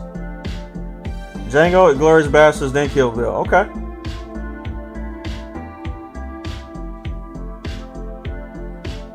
And I also believe that you shouldn't be limited to who you can write or create as well. No, you shouldn't be. But you should, let me put it like this. The story comes first, your ideas come second. I'm gonna explain that a little bit further. So look, when I started my story, right? The first thing I thought of was like, okay, the world, what's this world gonna entail? What's the rules of it? Who are the characters? Okay, cool. That comes first. That has to stay consistent. And then what I do is I inject the story in there. And the story has to follow the plot completely. But because we're writers, like we're people that think all the time, we always have these thoughts that come in our head, right? So where it'd be like, oh, what if I added this in? What if I do this? You have to stop yourself because it has to be consistent. Because if you keep on going down that path, it's going to start to be messy. And there's a lot of times where like I shut off my inner voice when I'm writing stuff, or I'm actually, coming up with stuff, because my mind would just go in spiral. And then all of a sudden, like, I'm creating a completely different genre of story. And it's like, why did I lose my focus? Keep it contained. Keep it focused on this. You don't have to go crazy. But I be thinking that, most people do too, though. Like, we're all victims of this, to where we like bigger is better. Bigger is not better.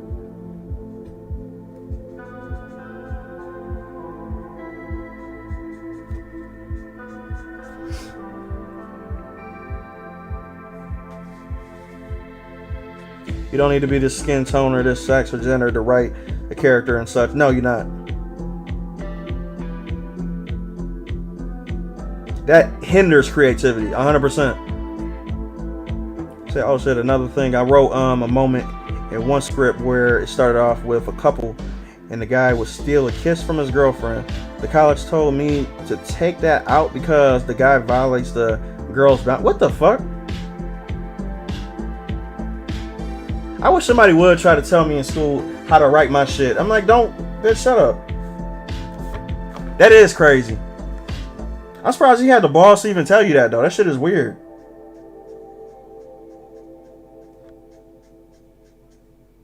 I'm like, who the fuck you talking to? This is my goddamn story. If you don't like it, then give me a fucking F. I don't care.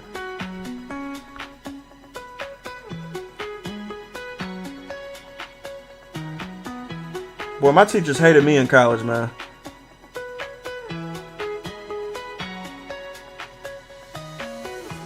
For most nowadays is idea. Yep, the ideology first, story second, which is the dumbest way you can write a story. And that's the reason why they make a bunch of fuck ups when it comes to being consistent, right? That's why you got Joel making dumbass mistakes like saying, "Hi, my name is Joel. People I never met before, close to the town where all my my friends and family are. Hey, how's it going? Would you like to come to our town too? My name is Joel. Again, did you hear me again? My name is Joel." That's the reason why they made that dumbass decision, because the ideology came in place of the story. Joe would never say that shit.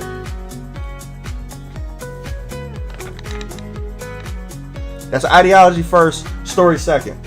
And then all the people who care about the story first could be like, well, this is dumb.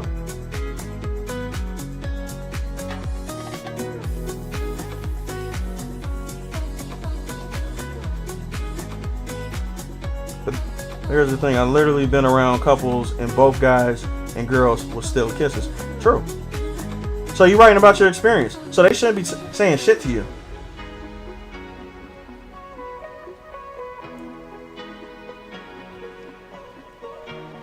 That's very good advice, bro. I'm trying to make a story and find myself adding shit kind of ruins the story. Yeah. Be sure you keep a leash on yourself, man. Trust me, it's hard to do. Trust me. I've been trying to stop myself for literal years. It is so hard. And you know what I tend to do? This can actually help you out too, though. When you feel the need to want to add something that you know for a fact is going to go completely against your story, what you do is you just write that down, use that idea for another story with different characters. That way you still have your thought process, right? Plus you're getting it out, but you're using it for something else, and it won't ruin the story that you're actually working on right then and there. That's why, bro, I got so many stories that I can adapt. I got projects for years.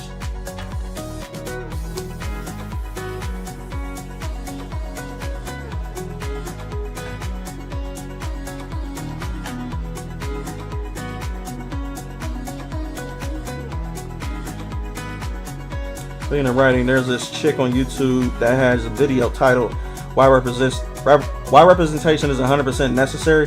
So disingenuous and it's fake. I might have to look at that video. I might have to talk shit about that video. Bro, you got to send that shit to me. I might be petty. I might actually do a YouTube video just reacting to it. Cause I literally want to hear it. Yo, like, is she black?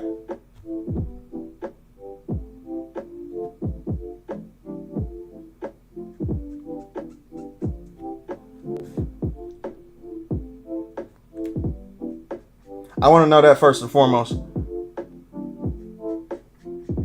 I'm saying this shit for a reason, trust me. I'm not just on some racist shit. I'm just being, oh, she's white. Okay. That's going to make it even funnier. Oh, man. She'll still get the same smoke if she was black, trust me. Because there's other shit I could say.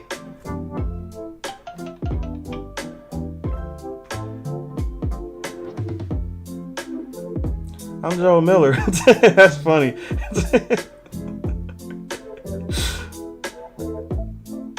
Like, why the fuck would he say that shit, man? Like, it's just dumb. It's like, y'all people are stupid. Something I want to create is a more self-contained, kept in co-founds of an area character-driven. Character-driven is always fun to do. But it's actually harder to do, too, though. Which is the fun in it. Cleric mythology. Celtic. And I race swap any of the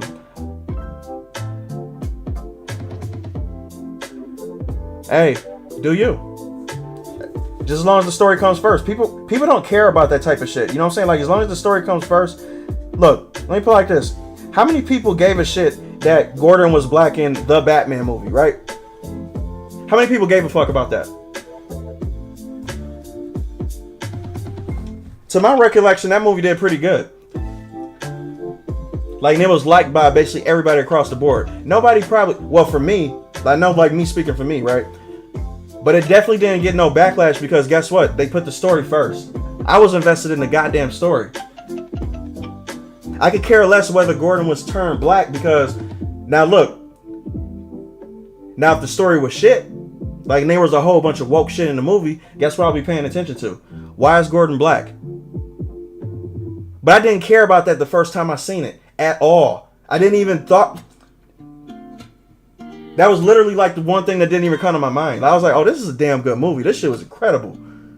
That's what you get. You can get away with a lot of shit if a movie is fucking good. That's all people want, is just good entertainment. You can basically get away with anything you want.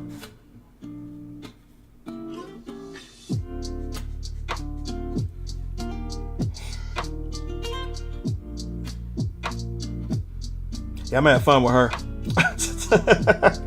It's gonna be fun. Representation is good. Forced representation is obnoxious. Yes, it is. 100%.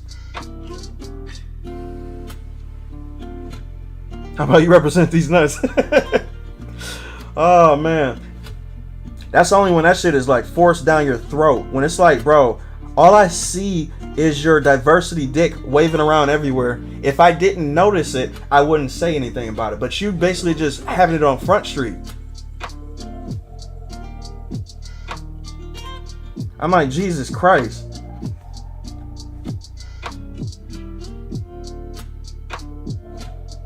Yeah, the Batman was incredible. But I do agree with Guy on that, though. I do agree with Guy on that statement. That's the only statement in that entire movie that took me out, though. Literally. I was like, oh, here we go. But I kind of didn't want it to go down that route. But I was like, they're not about to do it. They're not about to do it. They're not about to do it. And then she said it. I was like, oh, fuck. But then, guess what? Right after that scene, it got right back to the movie. Good thing they put that shit at the end. No, like at the middle of the movie. Because they put that shit at the end of the movie where that's the last thing I'm thinking about. Like, see, look, you had to even tell me about that for me to even remember that that shit was in there. They made that shit subliminal. But it's still the fact that it was in there, like, and it's like, okay.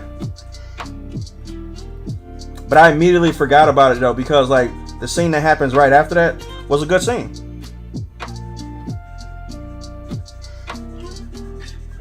So it's like, yeah, you can make things, look, the woke mafia can literally get away with what they want. They're just not talented enough to do it without people noticing.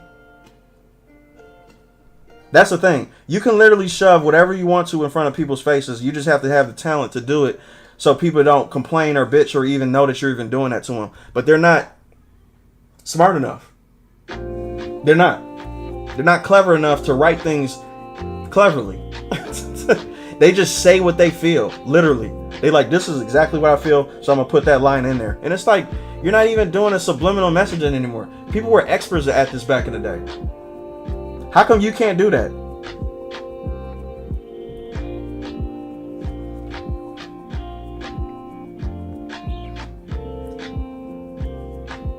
That shit is crazy.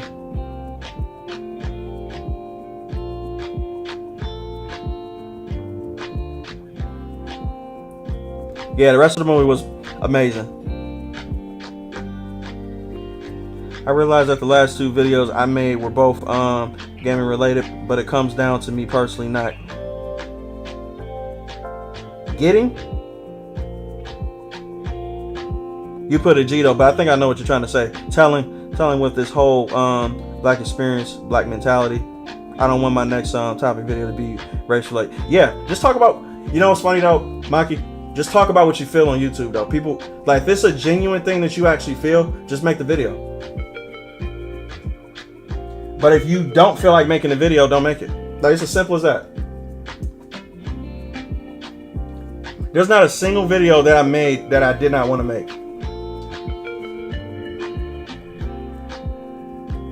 Not a single one. But if you feel like you have to talk about a topic, talk about it though. That's the beautiful thing about YouTube. There's plenty of videos out there. Like, if people don't want to watch it, people don't want to watch it. It's as simple as that. Don't think too hard about it though. That's the one thing that I do realize, you know, like about YouTube. Don't take it too serious.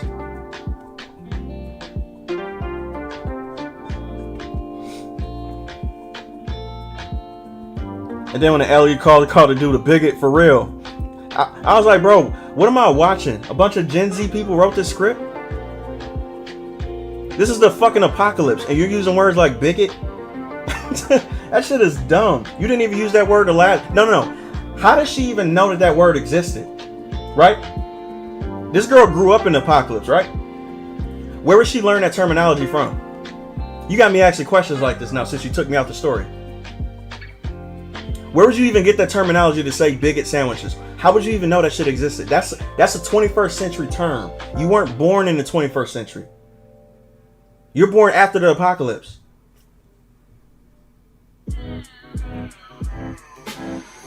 What's going on, Ellie? What's going on, bro? He said, yep.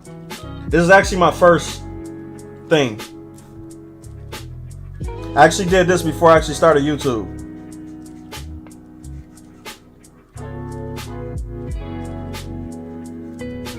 I got an Instagram dedicated to my art though, so that's what I used to do before I came over here.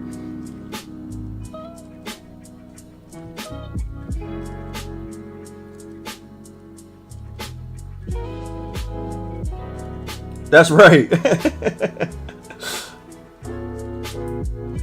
have a great idea for a Spider-Man story that could repair the marriage and save his kids that were lost and give him different problems. But Marvel just hates Peter Parker being happy and achieve. Yeah, they really do. They really do. They've been trying to get Peter like away from the spotlight from the very beginning. Even in the Spider-Man games too.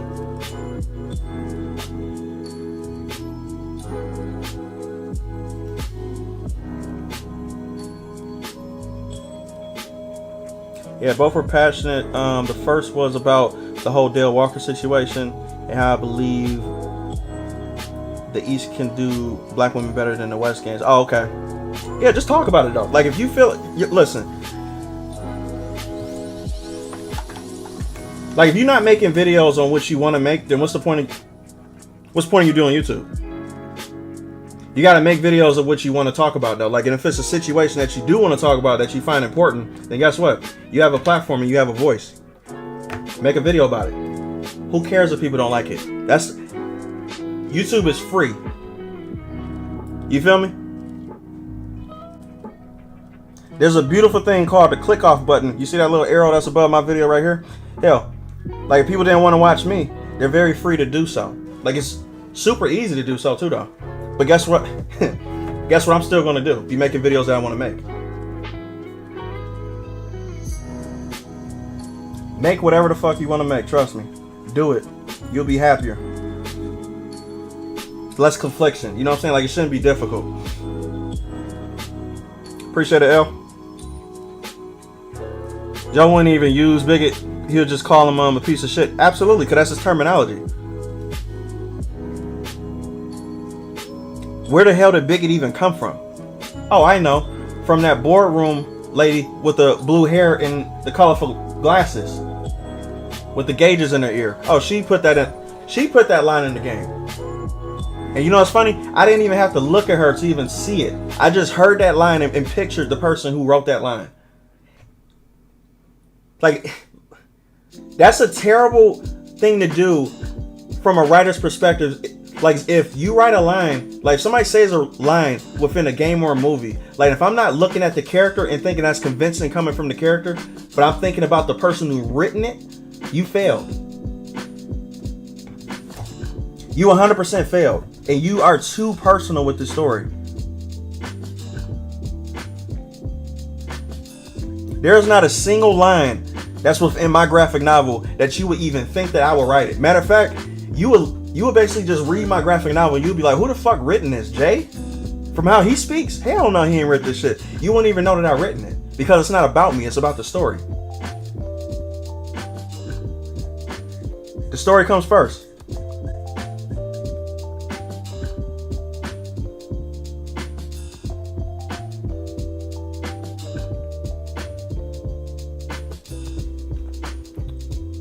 A reporter claiming that Japan was violently racist in regards to Assassin's Creed Shadows. Yep. There's a couple people that wanted me to talk about that, but that was a subject that like I just wasn't interested in because like I said, they already touched on that. So I was like, you know what? Yeah, I'm gonna leave that alone.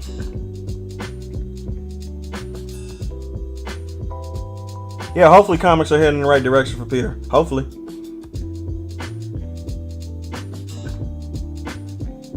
California dictionary lying around for real. And then she looked up the Urban Dictionary term for bigot and she was like, ooh, that's a good term I can use. Bullshit.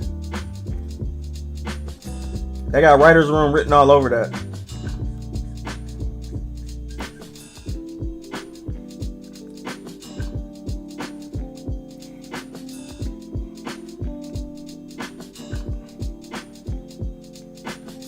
The lighting, shading, and coloring are my biggest weaknesses, and you just beat me to it. Yo, this is shit that I've been doing for years, man. Years. But I'm new with the Copic markers, though, so I'm not, like as good as I should be. Yet. It's really my digital art that I, where I'm a professional in. But this shit right here, I'll just be playing around with it. I'll be playing around and trying to practice to get better. I'm getting to a point where I'm kind of happy with it, but I'm not there yet. I want to start implementing colored pencils into this shit too, though. But that shit gonna take some time. Imagine if Stellar Blade used that word. They would never. They wouldn't even know what that word means. True. Yes, I noticed both videos I made were passionate rants regarding race. I just believe that black people aren't a hive mind monolith. Yeah, so if you believe it, talk about it, man. I'm telling you. That shit works. That's why I have no filter, because YouTube should be a platform where people have no filter. Because we're all different human beings. We got different mindsets. Some people want to hear it, some people don't. It is what it is. That's the beautiful thing about there being millions of creators on this platform. You're always going to find something you're going to look for. Garden said, yeah, Jay, like, have you ever heard of Made core. Yeah, I have. But I don't know what it is, per se, but I heard of that term. It's essentially a genre of heavy metal where the avatars are made. It's artists I really enjoy. I'm cool. I have heard of that before. That sounds fucking familiar.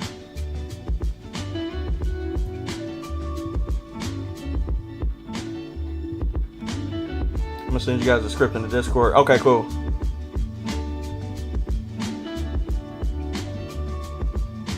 I'm gonna just call you Neo Chaos Edge. What's going on, bro? See, I'm tired of these companies being racist towards Japan. Nah, they just don't. Look, they're not being racist towards Japan. They just don't care about anybody. They literally do not care about nothing. Companies don't care about being racist. They don't care about being sexist. They don't care about being inclusive. They don't care about nothing. They literally only care about investors, bottom dollars, you know, shit that we don't care about. We don't care about this stuff, but they do. Whatever gets them paid.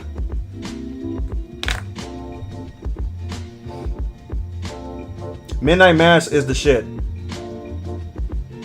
Trust me. I rewatched it not too long ago. Probably like a month and a half ago. Midnight Mass is the shit.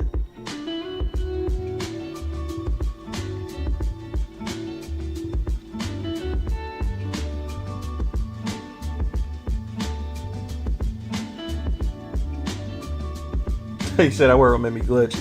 Digital art, I'm still stuck on paper. Paper is cool though. Paper is where you should start off at. Like just act. Most people in chat right now too who actually draw. What I always say is too, I think you should start pencil and paper first and then move on to, you know, digital art. You in the right place right now. You good. You don't gotta get too crazy.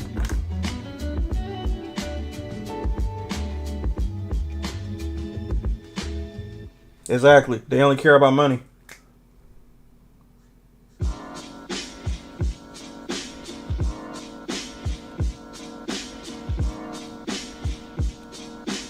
So you know what's funny though? Look, like if companies only care about money, guess what I only care about? I only care about my money. So guess what I don't want to do? Give my money to shit that I don't want to buy. Or that doesn't benefit me. Because I care about only money. I care about my money. I don't think there's a lot of people that care about money because they just waste their shit all the time. And plus they think they're supposed to just buy stuff because it's, you know, it's brand new or it's the new game out and stuff. This says Shift Up doesn't know what the hell hard armor. Absolutely. They don't know. That sort of shit makes no sense. These developers are Korean. They don't know Western politics in this. No, they don't. They did that for their Western audience. That's literally the only reason why they did it.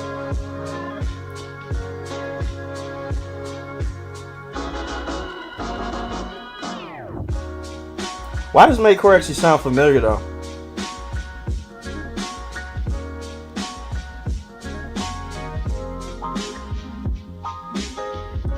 How you doing your thing, man?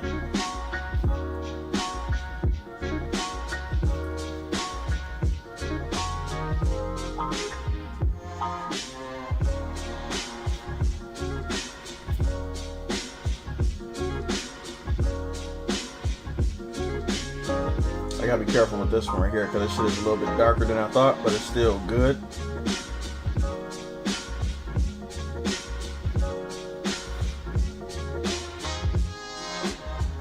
Yeah, Shift Up is cool to a certain extent now. Now they sold out. It's just a matter of time, but they did.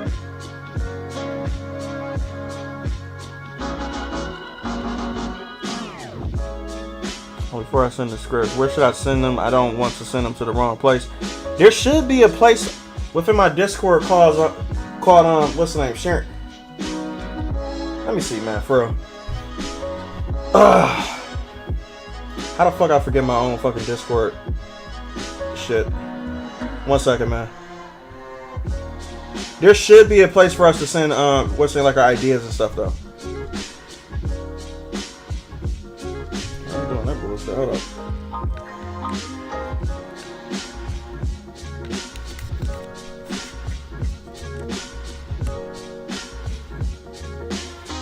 One second, man. Hold up. I had it pulled up.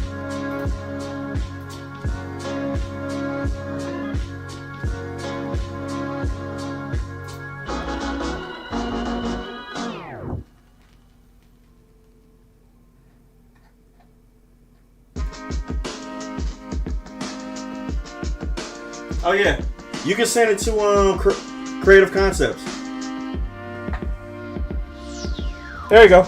Shadow got it.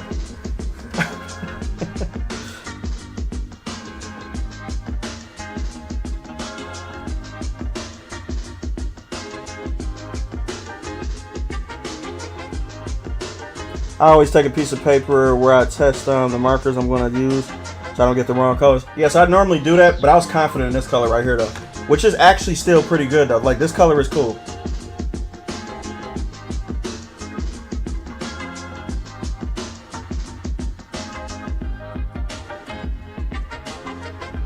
I'm starting to like the little messy look more than what's the name, the clean look that I've been doing recently too.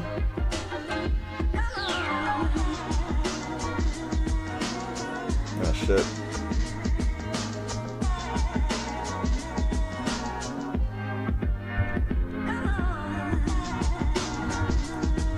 There we go. Okay. I had to make sure everything was caught up for a second.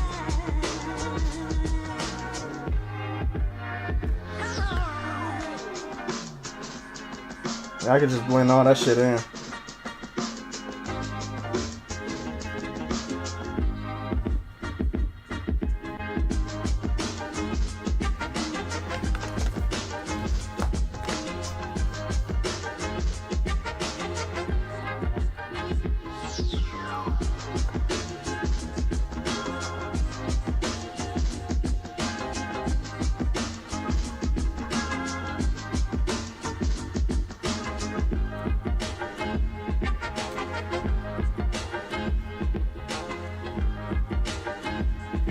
Yeah, I like that.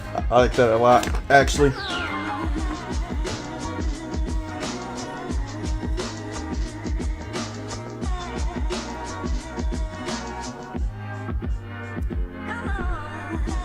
Yeah, the digital aspect is actually very hard to learn besides the traditional, because look, let me be real with you. It's actually easier and faster for me to draw line works when I do traditional. Traditional is very fast for me. How long do y'all think that it took me to do this line work?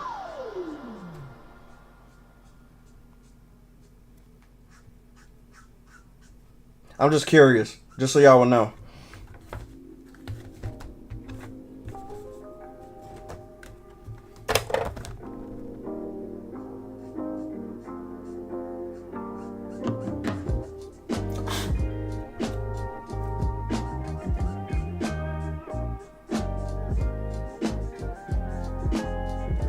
I'm gonna shade all this shit down here.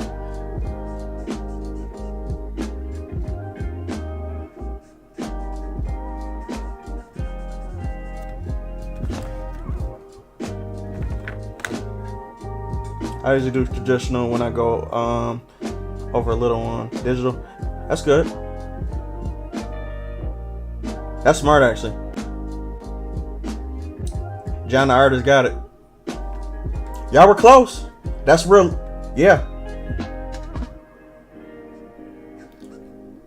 It's more like 35 minutes though. 35 to 45. And that's actually because, like, see, when you're doing traditional art, it's easier to plan out when it comes to doing things by hand, besides trying to figure out a system. When you're doing digital stuff, you have to figure out a system. You have to go back, you have to, do like the erase, that type of shit, right?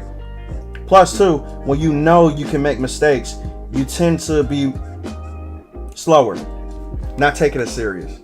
But with this, nope. Very quick, because like I know I can't make a mistake.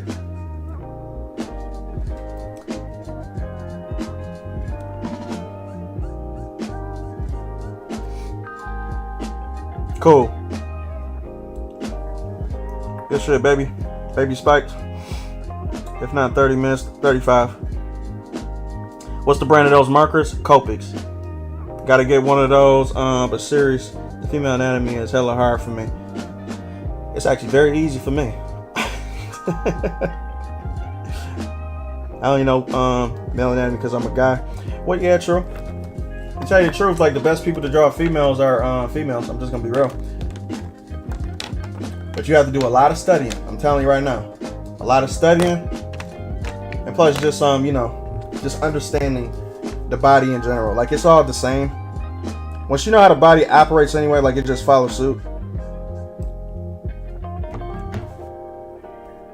And plus too, like when you understand how physics work, there's a lot of shit that you can make look better than a person, you know, it's just drawing the same thing. Little things that most people wouldn't know that would make, you know, a person look better.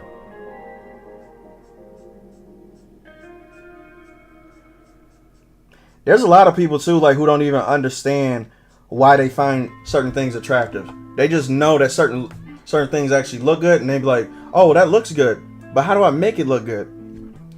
You know, you understand how you feel when you look at stuff, but you don't understand the small things that your mind picks up that makes it look good to you. That's what we know as artists. Like, especially like anatomy type artists too. Like, there's certain like anatomy artists that do the smallest things that make a character look better than what you would, you know, you'd be like, why the fuck do I like this better than, you know, like, than what he did? But he drew the same type of character in the same style, but he did it a little bit different, and now I like this better. Like, it's weird. With pens, is knowing that it's permanent, and I love it. Hey, that's true. Because I never do pens. Fuck that. A lot of studying, John. Absolutely. Reason why it's hard to draw them ladies was because of them goddamn hips. Bro, the hips is the easiest part.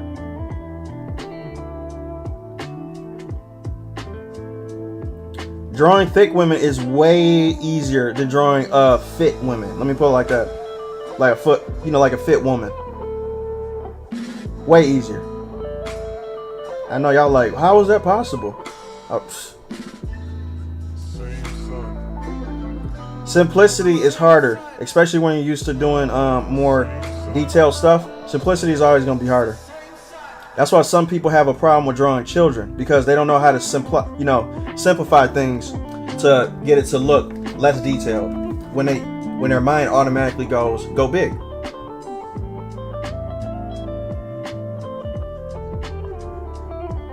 That's the main thing that people have a problem with drawing as children. They're like, bro, I hate fucking drawing kids.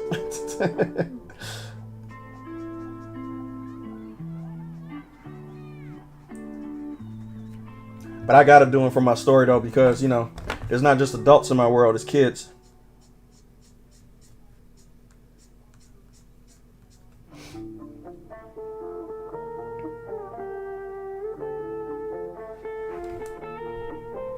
Like, if you compare a Western style to an Eastern Japanese style. You mean as far as the styles? Drawing?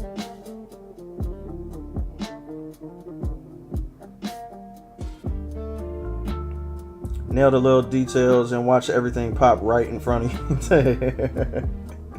Y'all oh, man.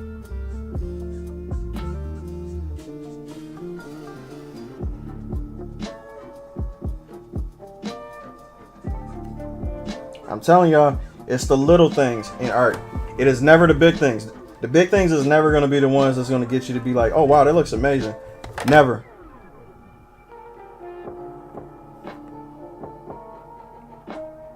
Uh-oh, what's going on with YouTube?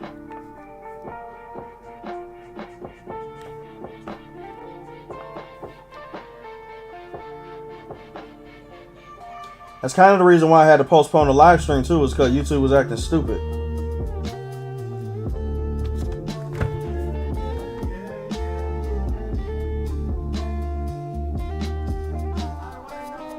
Oh yeah, we gotta come up with a since it's Thursday tomorrow too, I gotta come up with something to stream, with a game to stream. What game you guys want me to stream? Or should I just put up a poll? I should just put up a poll probably.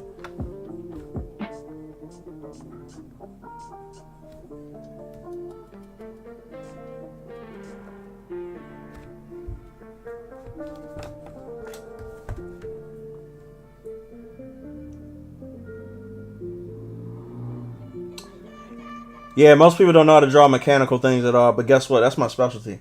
That's what I love doing. I love doing mechanical things, and I like doing, what's the name? People. People and mechanical things are my strengths.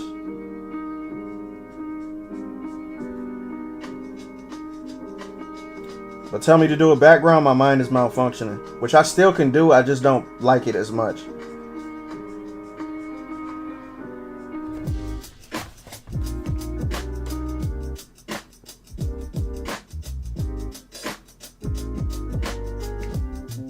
Video's not loading, lagging, slow loading on my laptop. I'm on my phone. What the fuck is going on? Yeah, I know who Rev is. Rev is a VTuber, right?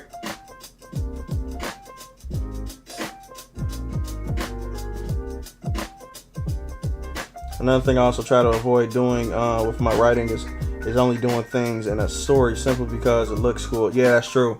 Zack Snyder falls victim to this all the time. Literally. Obviously, I want many things in my story to be cool, but I want them to benefit. Absolutely. That's why I hate Rebel Moon. I do. I can't stand it.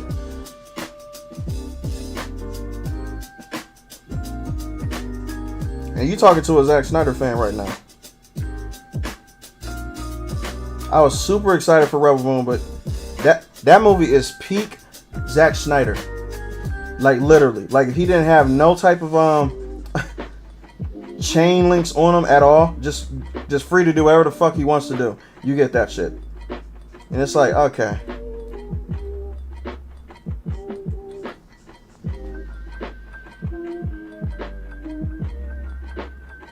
Cards what I love to draw, but I don't show them too often. You should show it if you draw it, though.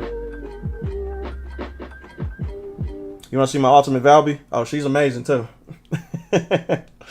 Amazing. Yeah, he's a VTuber, yeah. I watched a couple of his videos before, too, though. I like how he speaks. I keep telling him every time I draw female characters, girls have narrow shoulders, wide hips, gap between the thighs. Yeah, you're going to get it. You just got to keep on practicing. Literally. Just keep practicing.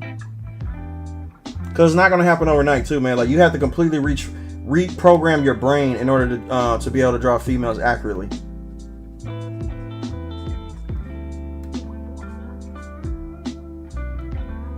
It's like trying to learn a new language. But I've been doing this stuff for years, though, so that's the reason why like it's easy for me to, switch back and forth between drawing male characters and drawing females. It used to be a big deal to me, but now it's not.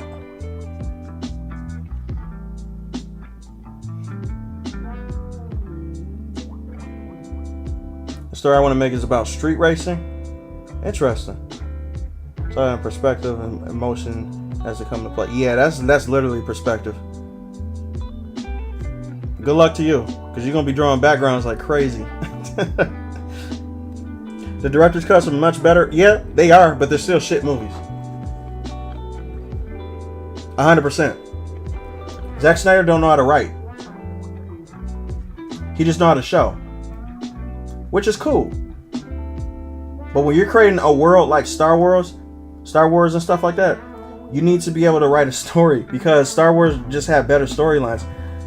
Like, in me being not a Star Wars fan, even I know this shit.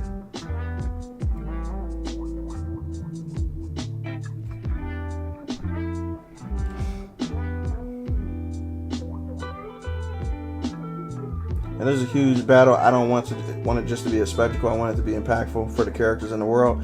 That's the only reason why you will have a fight. Literally every fight in my graphic novel is literally telling a story. Like, it's not just to look sweet.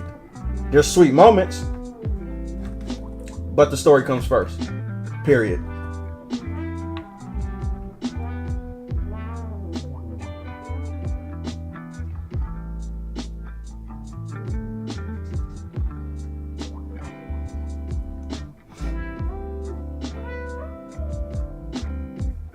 Anyone else get an email from Netflix saying, guess what? We're inserting commercials into our page subscription. They better fucking not. I would cancel my subscription today. I would cancel my subscription today. I swear to God I would. I don't pay a subscription service for that shit. Alright, Maki, peace out.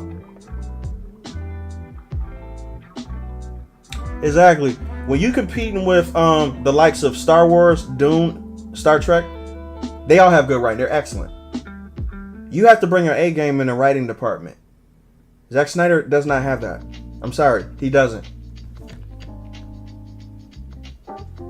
He does not have the skill set to do that at all. And that's fine. Just know what type of director you are. Just stick to making punchy, bang, bang type of movies.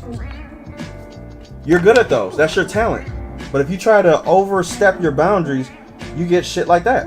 Like, he's good at adapting stuff that already exists. Like, to me, Watchmen was amazing. Watchmen, to me, was one of my favorite type of comic book movies that came out during that time.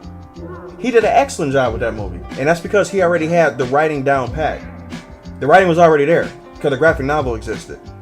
So he's very good at adapting stuff. But when it comes to his own shit and his own story, oh, you see his writing shine like 100%. And it's like, oh, okay, this is terrible. Just like with 300. I'm pretty sure everybody's seen 300 back in the day, right? 300 was fucking amazing. Zack Snyder that basically made me a Zack Snyder fan. I was like, oh, this movie is fucking amazing. Period. Oh yeah, we all know that Lord of the Rings got a good rating.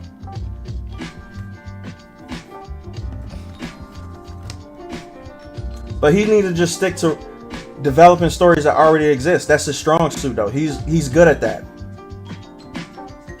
Period. Stick to that.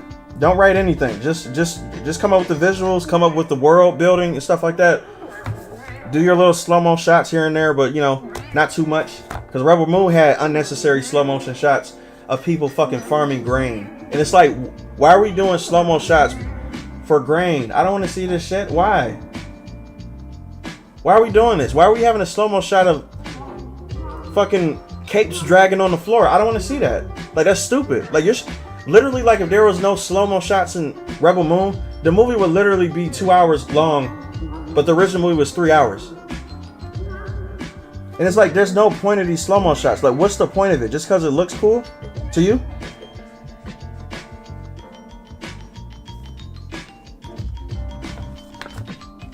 I like a good slow-mo shot here and there, though. I'm just gonna be real. I do. But it has to not linger and overstay its welcome. Period. That's just common sense.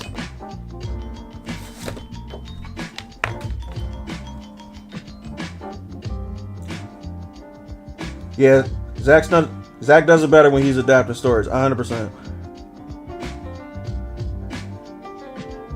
300 made me look into gym memberships. For real. All them dudes were cut to the gills. And you know what's funny? That gave Gerard Butler his start. That literally gave Gerard Butler his start. Most people didn't even know who Gerard Butler was until 300 came out. Because they all respected King Leonidas. They was like, bro, he is the truth. A Giga Chad. A tough ass motherfucker. That's the reason why people liked him.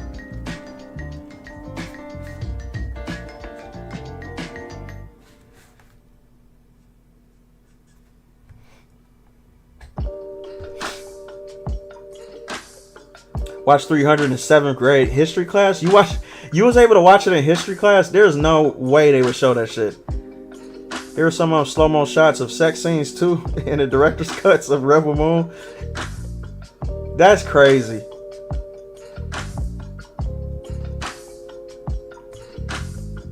Yeah, them slow-mo grade shots was unnecessary for real. Like, they literally just sped that up like regular, like a regular person would film it, right? The movie would be cut in half. Yeah, that whole shit was goofy, straight goofy. And you know what's funny though? Like, that just makes me think. It's like, who is looking over Zack's, like who in Zack's camp? Like, it's basically like, yep, that's the scene right there. We want to put that in there. I'm pretty sure everybody knows that shit is crazy. Most people know that shit is crazy. Anybody with eyes can see that. It's like, okay, we might have too many slow-mo shots. Just, you know, just tone it down a little bit. No, there's not enough. Okay, Zach. Like, it's like, what the fuck? There's nobody in his corner. Nobody cares about him. Because otherwise, like, they wouldn't let him do this shit.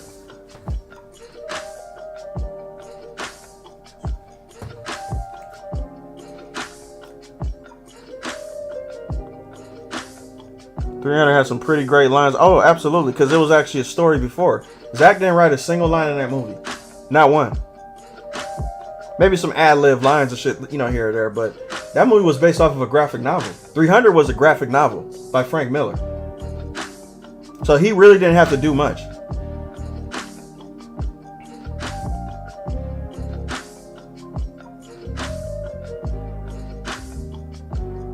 Yeah, that shit was funny with the leg cramp thing. That shit was hilarious. People with space travel demanding grain. What the fuck? Yeah, just that concept alone is just fucking crazy. It's like, bro, these people can literally travel between dimensions. And you're telling me that they have a hard time creating artificial grain. Are you kidding me? Without soil? Get out of here. I've seen every sci-fi movie probably known to man. I know that's bullshit. Grain. We need grain, people, to feed our soldiers, even though we can build fucking time machines to travel through space very quickly. We even captured a space-bending robot and put her in the fucking engine room, and she's powering the fact that we can travel between dimensions, but we can't feed ourselves. How stupid does that sound? We have the technology to capture interdimensional beings, but we can't feed ourselves. We're gonna die from starvation unless we get this grain. We need this grain, yo, for real. Like 100%. Farm that grain. But we can capture an interdimensional being to where they can't do nothing. It's like, what? Jesus Christ. At least it did a good job portraying the enemies as vicious. Yeah, they did, because he would bash your fucking skull in. I did like him. Like, he's always good in whatever he plays in. Like, you know, like, he's doing what he has to do for the script. You know what I'm saying? So he's good. But it's just like the script is stupid.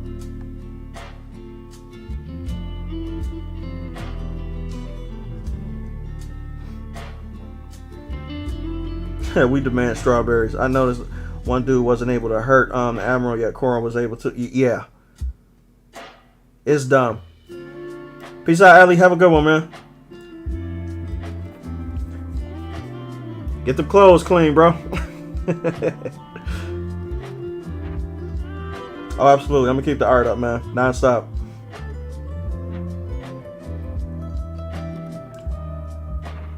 I was going to ask in the Discord, but screw it. I talked about this yesterday. What do you guys think of man versus woman fights in movies and TV shows? If it's done right, then I like it. Like what I said before, Atomic Blonde is a perfect example of a male versus female fight done extremely well. You won't hear me complain about Atomic Blonde at all. Literally. If it's done correctly, you can do it right. I don't have no problems.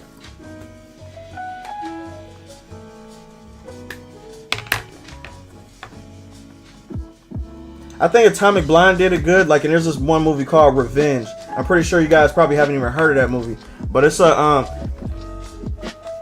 but Revenge is another movie to where, like, it's believable. To where, like, she has the, you know, the person who got fucked up was actually able to come back and kill these people. And I was like, oh, she's crazy.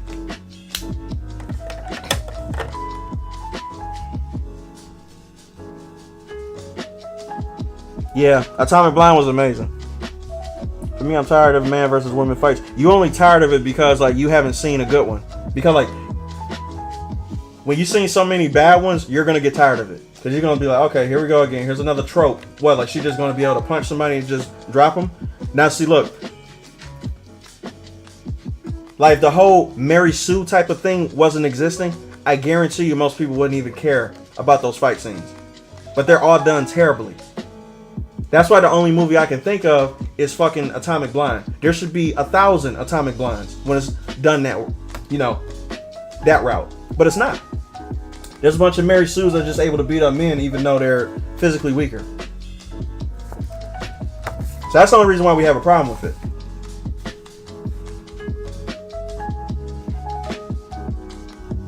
That's what bad shit would do to you. Bad shit would make you hate stuff that are normally supposed to be entertaining. But if it's done terribly, then you're not going to like it.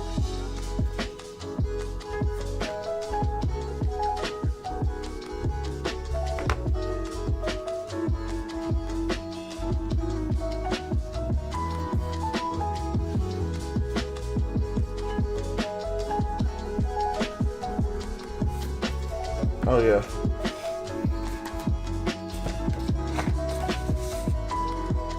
Oh, yeah. Haywire was pretty good, too, though. It was alright. Gina Carano is good anyway. She's natural because she's a fighter herself.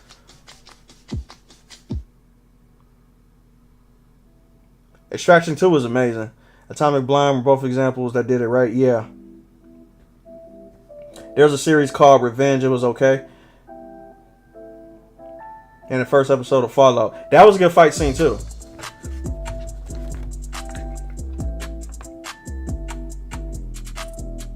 And that wasn't technically, you know, like a fight scene. That was her just trying to survive. Which I just liked. Because it's not going to be a fight scene between a male and a woman. I'm sorry. Like, if a male's trying to kill you... Okay, let me put it like this. Like, if an average male, by average weight, height, whatever, right? Like, if an average male, like, is trying to dead set kill a woman, that's going to be a fight for survival for her. So, that the way you fix this narrative, like, is as if you have it be a... What's the name? Like a major struggle, like on her end, but she still finds a way to overcome the odds. But she's getting her ass beat. Because it's just... That's how it's supposed to be. That's believable. That better be a fight for survival. It better be not no slugfest, because that's just stupid. That doesn't even make any sense.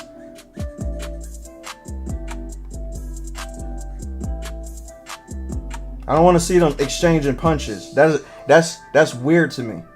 I'd be like, okay, there's no way in hell that I'm... You think I'm going to go toe-to-toe with a girl just punching me straight? Come on now.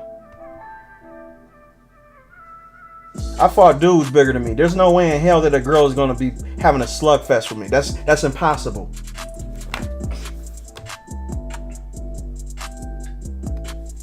All right, John, have a good one, bro. These Fast and Furious had female versus female fight scene. Absolutely, and they did it right too. Apologies if I sound like a Twitter. I do wish we had more female versus female fights. Yeah, I do too.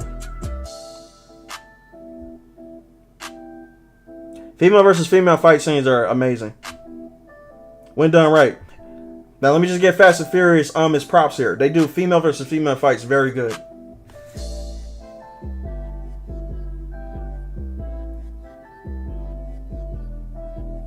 And they get down actually too. That's what I like. Oh, John Wick is always a good story.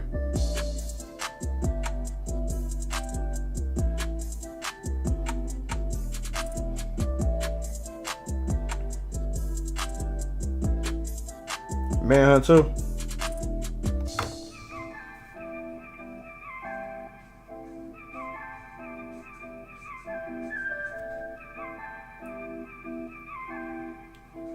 Oh my God, guy. I wish I didn't see that name. You know, I completely forgot about Echo even existing. My life was going perfect. I was sleeping well. I had a good sleep schedule too. That's going to ruin my night. I completely forgot Echo even existed. I just put it out of my mind.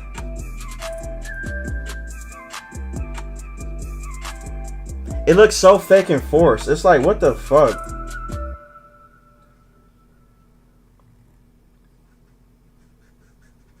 She had that power of many shit going on too, though. Like, you know from Star Wars, Why do every female empowerment thing have to do this whole power of many shit? To where it's like it's not just me fighting you, it's all of us. You know what I'm saying? Like, why do they gotta do this shit?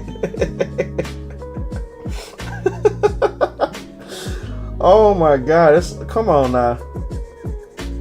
It's so corny and tone deaf. It's like, why can't y'all just be like Atomic Blonde?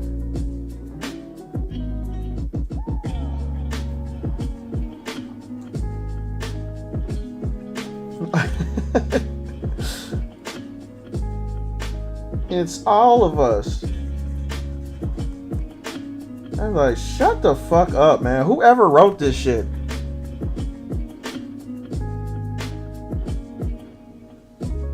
Like Elder Scrolls, Noirs and Orcs are naturally stronger and tougher than other races, as they should. Nor females can throw hands with males, no problem, due to their nature. The same thing as orcs from what's the name, from Warcraft. Yeah, the fight scenes were extremely stupid. It's like y'all could have shot her 1,000 times, but y'all just chose not to, cause she gotta look sweet. Now you good, man. Like, I was just like, you gave me PTSD for a second. Oh yeah, that do better shit. I'm like, shut the fuck.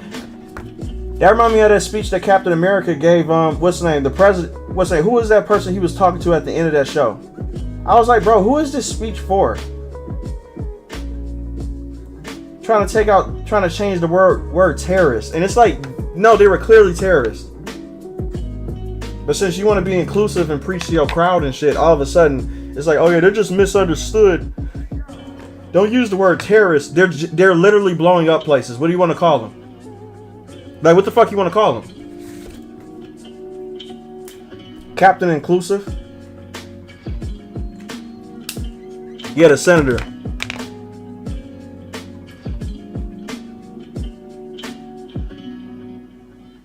Fucks with guns. Like, one of them tried to shoot her unless she's on her. It's stupid.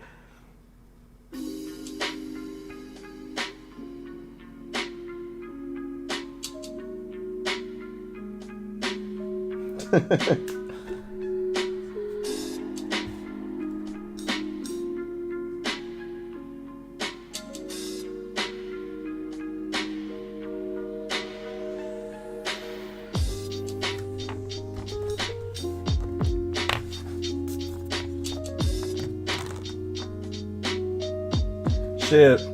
My ass ain't trying to understand shit from a person who blows up the school. I could give a fuck about your backstory. I could care less. What the hell am I going to care about your backstory for when I'm dead? Oh, when am I going to be up in heaven and be like, oh, that's why she did it. Oh my God, I feel so bad for her. I'm dead. I ain't got no life. I'm dead. Because you decided to blow up a school to prove a point that has no purpose because they defeated your ass. So literally, I died for no reason. You think I'm going to give a fuck about your backstory? About how you were treated unfairly? Fuck you.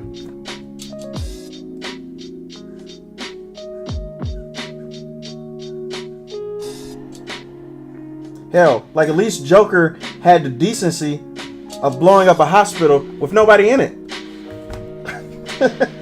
Joker did that shit in The Dark Knight. And he's the evil one?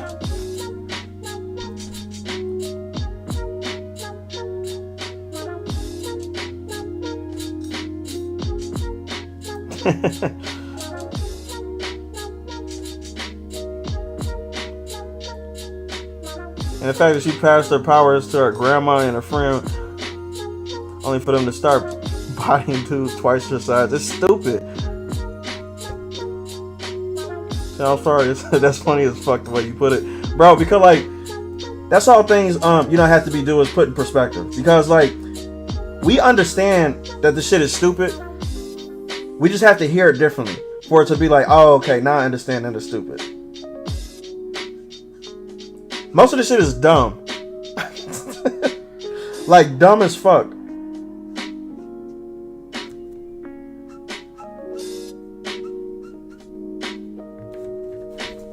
Super stupid.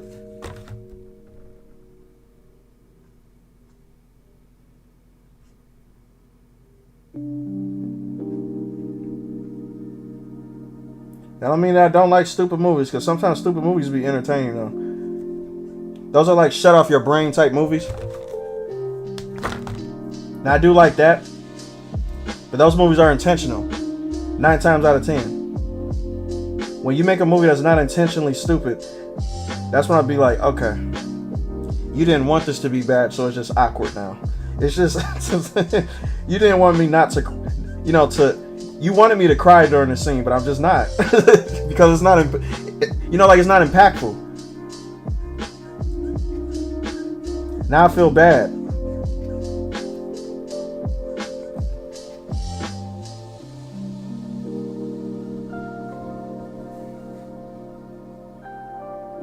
If Hollywood was to take my Green Dragon story, you would be the main.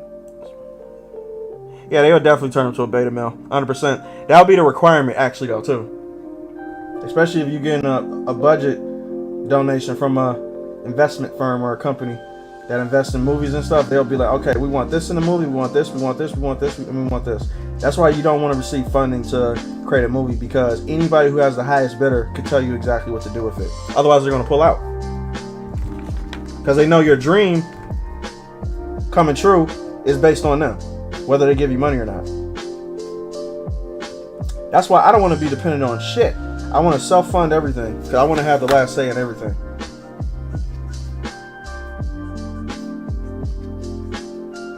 And then too, what I want to do is create a platform to where others can do the same shit. That's how we fix this entertainment industry. Is we got to start doing things ourselves. Ugh, the Marvels. Ugh. That shit make me want to. Bro, like, who saw the Marvels? Did anybody go see that? Oh, Baby Spec, I'm sorry, man. Sorry. I didn't even see that last, your second statement. See, I'm still mad I paid to see that one in theater. You went to go see it. Oh, my God. Bro, like, how many people was there in theaters? Was it like a full house? Was it a full house? Like, was it like a Wednesday night during school night type of shit, to where people didn't go see it at all? Female movie tropes just don't mix well with superhero movies. No, they don't, because superhero genre is dominated by a male audience. We want to see punchy, flashy lights, the strong person wins type of shit. There's no audience that went to go see the Barbie movie that will line up in theaters to go see the Marvels. I'm sorry, it's not happening. Females like female shit, males like male shit. There is no in between. You think that tomboys are a big demographic of women? It's not. There's not a lot of tomboys who like to go. Well, there's not. Let me put it like this. Like, if you make an audience for the tomboy audience, right? You are not going to make any money at all, because that is a small demographic when it comes to women. The majority of women like girly shit. That's why the Barbie movie made $1 billion. It's a simple it's simple. This shit is common sense. But these people are so hell-bent on trying to change the narrative on what's normal and what's not, that they end up looking stupid when it's like, bro, nature is nature. I'm sorry. No matter how much you're trying to change it, it's not going to happen. Men like seeing superhero movies because we like being strong. We like to envision ourselves being stronger than what we normally are. Punchy, bang, bang. I can fly. Shit, that's cool. You think females are thinking about that? They're not. The majority of women are not thinking about that shit. So Captain Marvel doesn't resonate with nobody.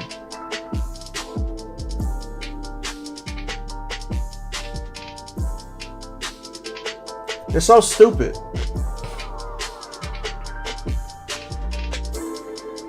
I saw the Marvels without paying for it. Of course. W. I regret every second watching it, even though you paid for it. You didn't pay for it.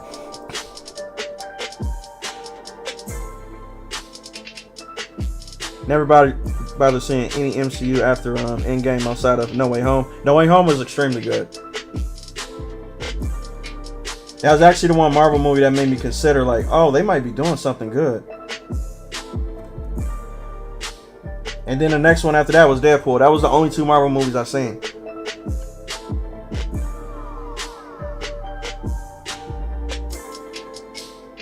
Oh, and Loki too. I watched Loki. Loki was amazing.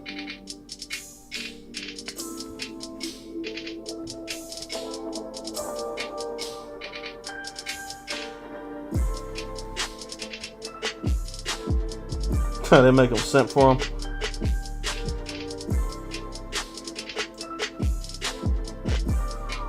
No revolution can undo the nature of man. Absolutely, that shit is true.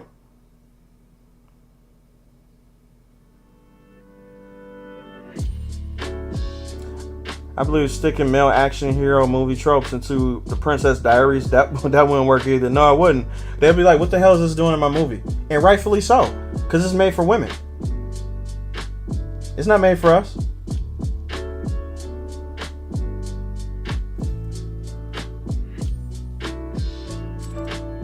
And you know what's hilarious too about this? Most females know this shit though. Most females don't even have a problem with this stuff. Like, it's the women on Twitter that do. But normal women with you know, who do normal shit, they don't even have a problem with none of this shit at all. They really be like, okay. They don't give a damn.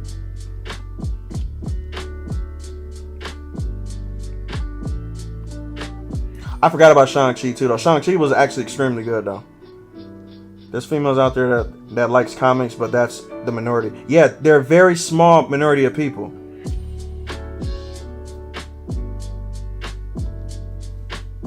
They're actually so small that if the comic book industry was based off of them, they wouldn't make any money at all. Not saying there's not women comic book fans, of course there are. But that's just like saying that there's a market for Bratz dolls for males. There's certain males that buy Bratz dolls, right? which I can picture that. There's probably males that do buy them, but guess what? Like, if they bank their entire market off of men buying Bratz dolls, guess what? They're going to lose money. Because that's not the demographic for them. This is marketing 101. Like, I just don't understand how these idiots don't see that shit.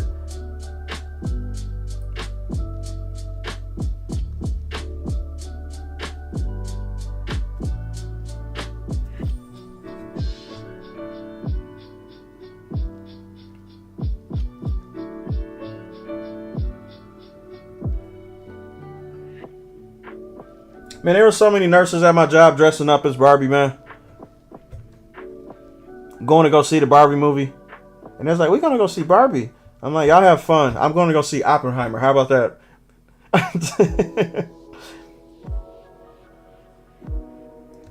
Loki season finale was the best send-off that you could possibly do next to Logan. That's the respect I want to see for every single character in the MCU that gave a damn. You know what I'm saying? Like, okay, let me put it like this. Number one was Iron Man. No. Number one was Logan. Number two was Iron Man. Number three was Loki. Those are the three best send-offs on period. There's nothing beating them. Yeah, like when I would ask women in real life about Barbie, I was surprised how much of them said that they weren't going to watch it, including my own mom. Really? Besides, Oppenheimer is better than Barbie. Yeah, of course it is. Me personally, I think Barbie sucks. But that's not a movie for me. So I wouldn't dare try to stop that movie from existing because it's not, you know, my movie. I'm not supposed to like Barbie.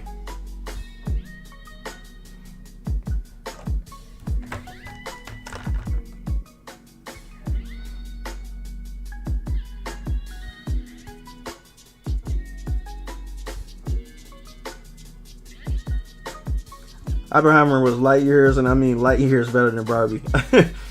Which it should be to you. Barbieheimer, yeah, they ran with that shit like it was nothing. I'm like, bro, this shit is stupid.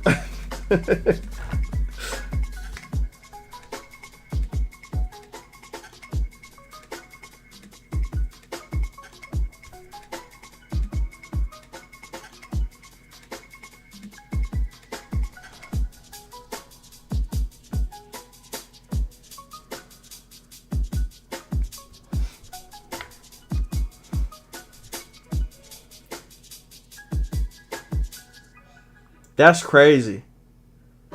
Yet there is women wanting to break up with their boyfriends for not watching Barbie. Break up with me then, bitch. I don't want to be with you then. If you want to break up with me over a Barbie movie, bye. See ya. That shit is dumb as fuck.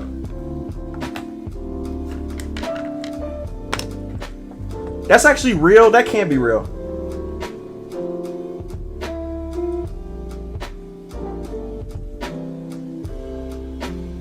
I wish a chick would say that shit to me, man. Well, if you're not gonna go see the Barbie movie, then we're through. Bye. I don't have to pay for your meal then. Fuck out of here. That's just like that whole dumb shit, which I'm pretty sure. Look, like if I got anybody black in here, like we know that like say our women do this shit. For some odd reason, there's a war. Well, there's been a war between Galaxy users and iPhone users, right? There's literally girls that would literally be like, you're an iPhone user. I'm a Galaxy user. I'm not going to talk to him. Well, he's a Galaxy user. Oh, well, he's an iPhone user. I'm like, what the fuck are we doing? You're literally that stupid that you're going to be judging people because of what phone they got? I'm like, y'all idiots. Y'all dumb. That's literally the same thing as that whole breaking up because you don't want to see Barbie situation. It's like, what the fuck are y'all talking about? Bro, stupidity gets on my nerves. I cannot stand that shit.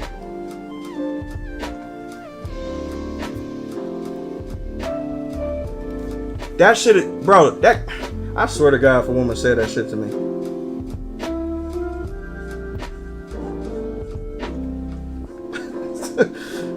She'll be the most embarrassed woman on the planet. Like, especially, like, she better not say that shit, like, when we out, too, though. When we out going to see the, you know, let's say if we out somewhere, and she like, I don't want to go see that.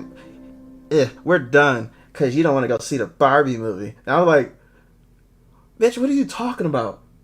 The Barbie movie. You're not progressive enough. You don't want to go see it because it's a female movie? And I'm like, no, I don't. That whole conversation would just be dumb as fuck.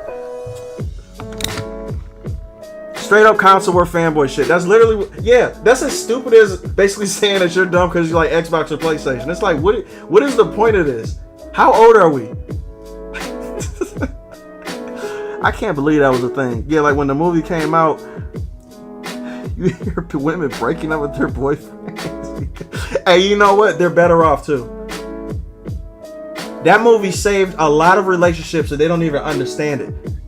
They don't even realize that boy, you know what?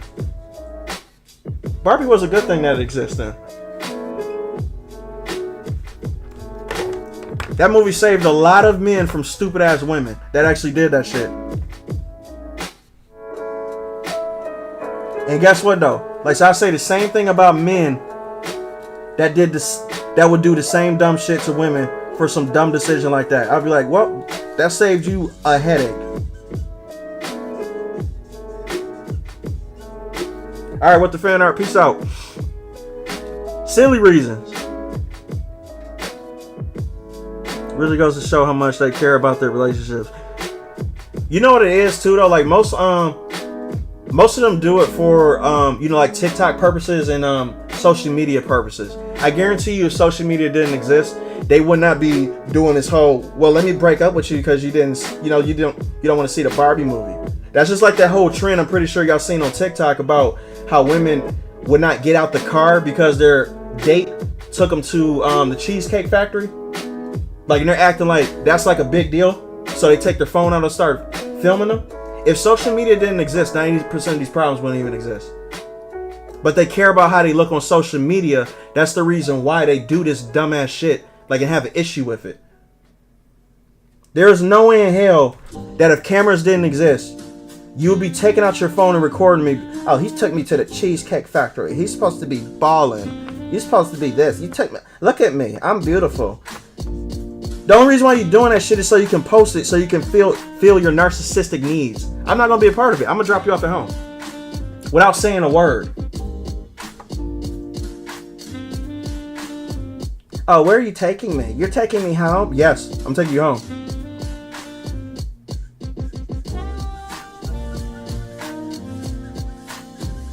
I wouldn't have said a goddamn word. That whole trend was so stupid, but it's social media that causes this stuff though. A lot of it was TikTok. That's crazy. Yeah, they just want to get their TikToks off the ground.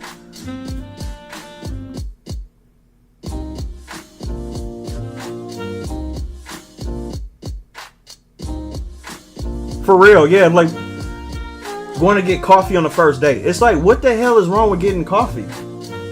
You're lucky we're not just having a conversation. I don't even know who you are. You think you deserve cheesecake? Hell, the dude who took her to Cheesecake Factory was a nice guy for even doing that. You know how expensive the Cheesecake Factory is? It's not cheap.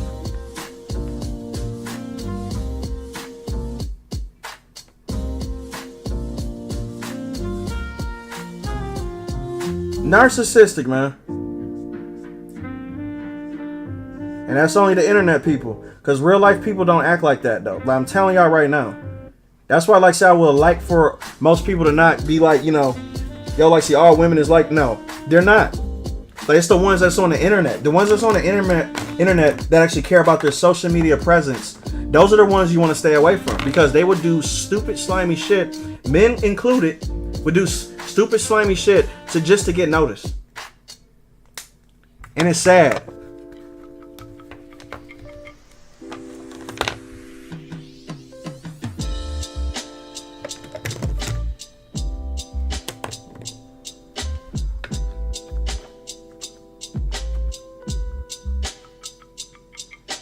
All the restaurants are getting too expensive. Like, yeah, they are. They are. That's because people not going out anymore like they used to.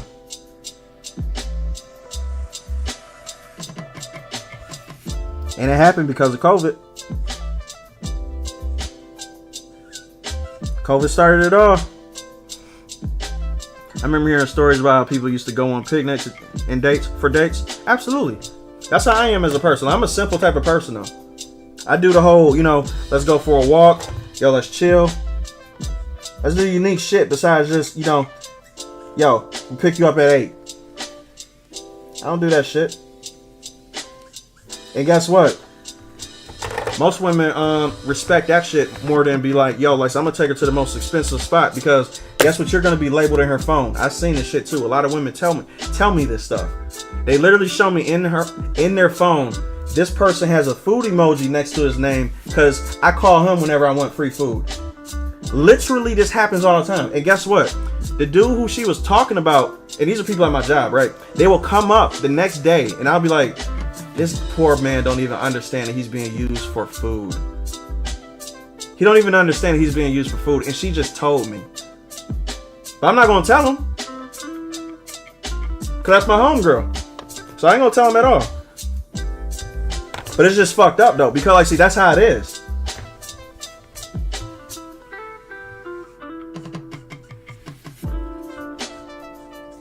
Crazy. I'd be like, man, this shit is wild.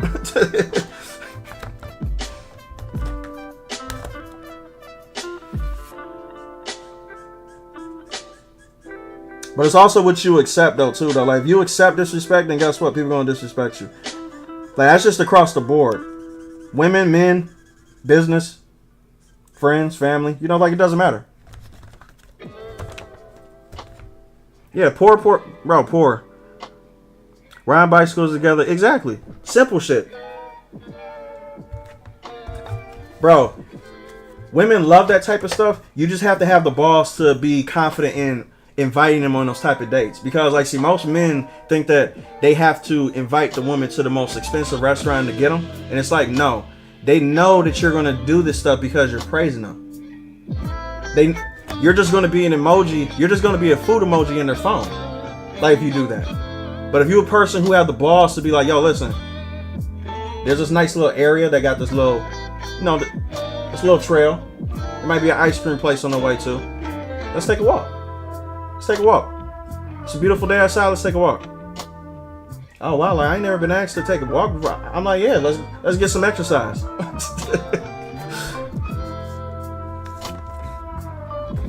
And you say that with the most confidence, that girl gonna be like, nobody ever asked me for a fucking walk before. They will always just want to take me out. That girl gonna be like, holy shit, this guy's different.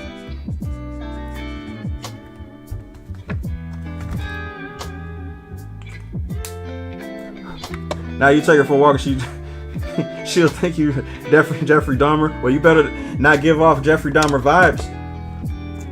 Because women pick up on vibes very quickly too.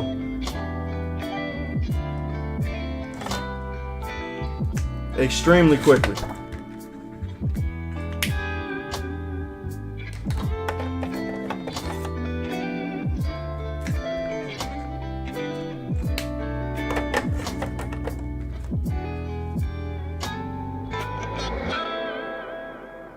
True. But I'm gonna tell you right now too though, like this is from experience. Once a girl who is super programmed, yeah, I'm gonna just say that. Super programmed, right? Like into her nature, like how that type of stuff is. When she meets a person who does not give a fuck about all that, right? When she meets a person who don't care about the whole, you know, like agenda, the feminism type shit, all that type of stuff, right? When she get in the room with that type of guy, watch her change. Immediately. You can only keep up that shit when your role is not needed to be like that. 100%. That's the same with war times too, right? Watch how many pig twirling girls you would start seeing when it's required for us to fight to survive. Watch how many women would be like, no, bring the draft back. When you bring the draft back, watch how many women would be like, well, I'm just a girl. Men need to go fight. I'm like, oh, but I thought you could do the same thing we can do. Well, y'all here, so y'all can do it. Hold up a second. Equality. Let's both go to war together. Like, if I can die, you can die. Watch how many pig hair twirling girls is just going to pop up out of nowhere wearing skirts and pink shit all over the place. Like, but I'm just a girl. It would happen overnight. Jeffrey Dahmer was regarded as being smooth as fuck. That is true.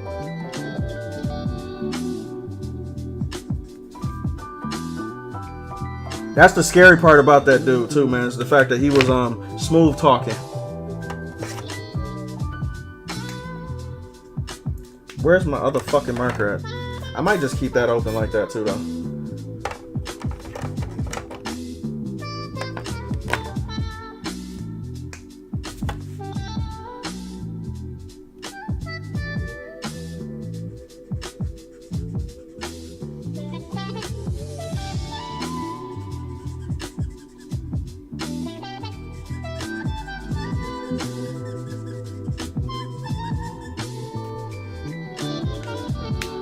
Oh yeah, 100%. You can only have feminism in a what's it like in a first world country. That's the only way that exists. This form of feminism. Let me put it like this, because feminism is not, you know, the original version of feminism. Like, it's not what I'm talking about at all. I'm talking about this new version. That shit will not. That shit can't exist in a. That shit can only exist in a first world country. You won't be hearing people touting nothing when it comes to that type of stuff. Like when the only thing you have to do is survive. It's not gonna happen. Put a bunch of people on the island. Watch how many women start to just let the men do shit.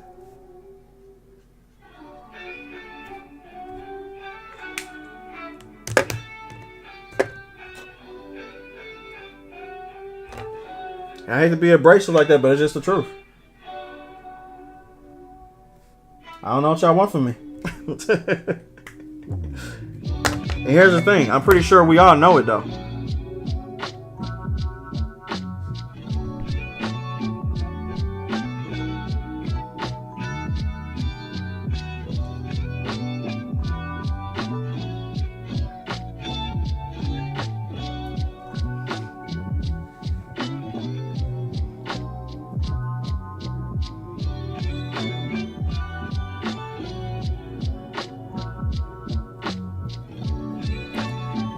You said, what do I think about passport bros?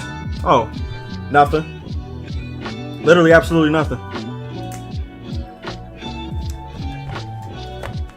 The reason why I say that is because, like, what you do to find your happiness, you do to find your happiness. Like, if that causes for you to leave a place to go to another place to find your happiness, then by all means do that. You're free to do whatever you want to. Because look, like, if you're not finding happiness where you at, the best advice I can give you is to leave. There's no reason you should be staying in a place to where you're not happy. Like you're not happy with the people. Leave. You made the right decision. But there's so many people trying to shame passport bros and shit like that because, you know, they like, well, he's just leaving because he couldn't get nothing here. But it's like, listen, you either want him to stay or you want him to leave.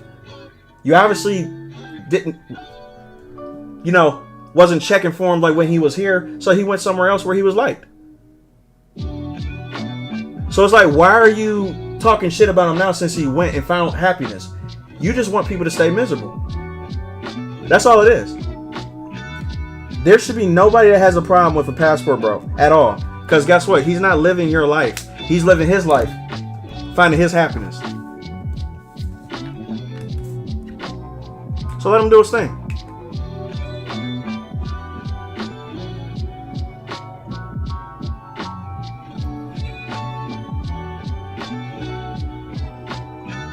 Yeah, it's not the same feminism as it is today at all. Quick to blame the patriarchy, but quick to need their help when they struggle. Funny, absolutely. I love older games like 2000s PS2. Same here. I still find myself going back. Go, we are celebrated, and now we're absolutely. Appreciate it, Garter. I think we're almost finished too. I just got to add another layer of this over, you know. There's a story over in CNN from a few years back about women going to Korea and finding men because get out of here. See?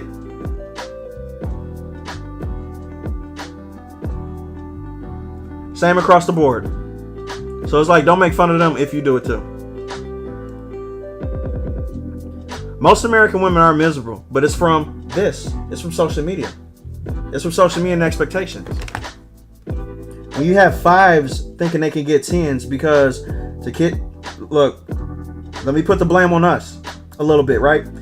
When you have rich, famous people who are social media superstars flying out sixes and sevens, guess who's going to think that they're higher than a 6 and a 7? So now you got all these females who believe that they're higher than what they are, doing shit like and trying to portray themselves and denying guys around their level because they like, oh, well, eventually you're not in my league since she was able to go out there and she was able to get flown out there making money and shit like that. So why would I settle for you? They think that they're settling now. Like if they date somebody their range. The idea of settling has blown out of proportion. It's ridiculous now. And it's like, you're not settling. That's what you can get. Sorry. It's just the truth. There is no such thing as settling. You get you get who you can get. It's just what it is.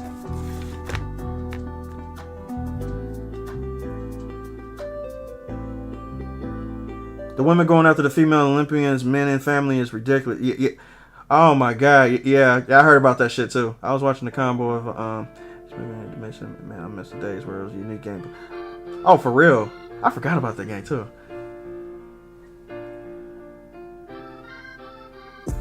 Had to call some TikToker for talking BS about him wearing her medal that she put on. Wow.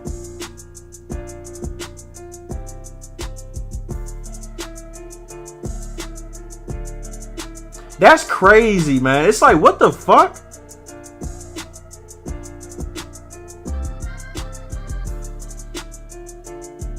The Netflix effect. Why Western women are heading to South Korea in search for love. Hey, let them go and search. Let them go find their love. Let them go search. Book the flight tonight. And he submitted that achievement with a proposal. Bro, like, people just want to be miserable, man. Literally. That story is crazy. That's nuts, man.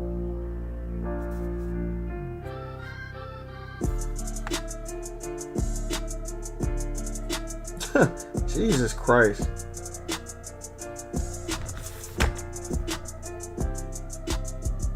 That's the reason why, see, I've been staying away from the Olympics, though. Like, so I haven't even watched the Olympics at all. Ever since that opening ceremony, like, I haven't watched anything. Period.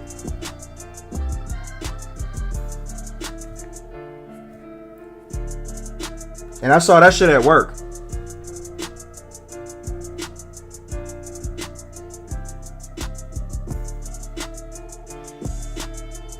Seriously, man. Like, we got, bro, like, we over here is, like, we're just literally just miserable like crazy. Miserable.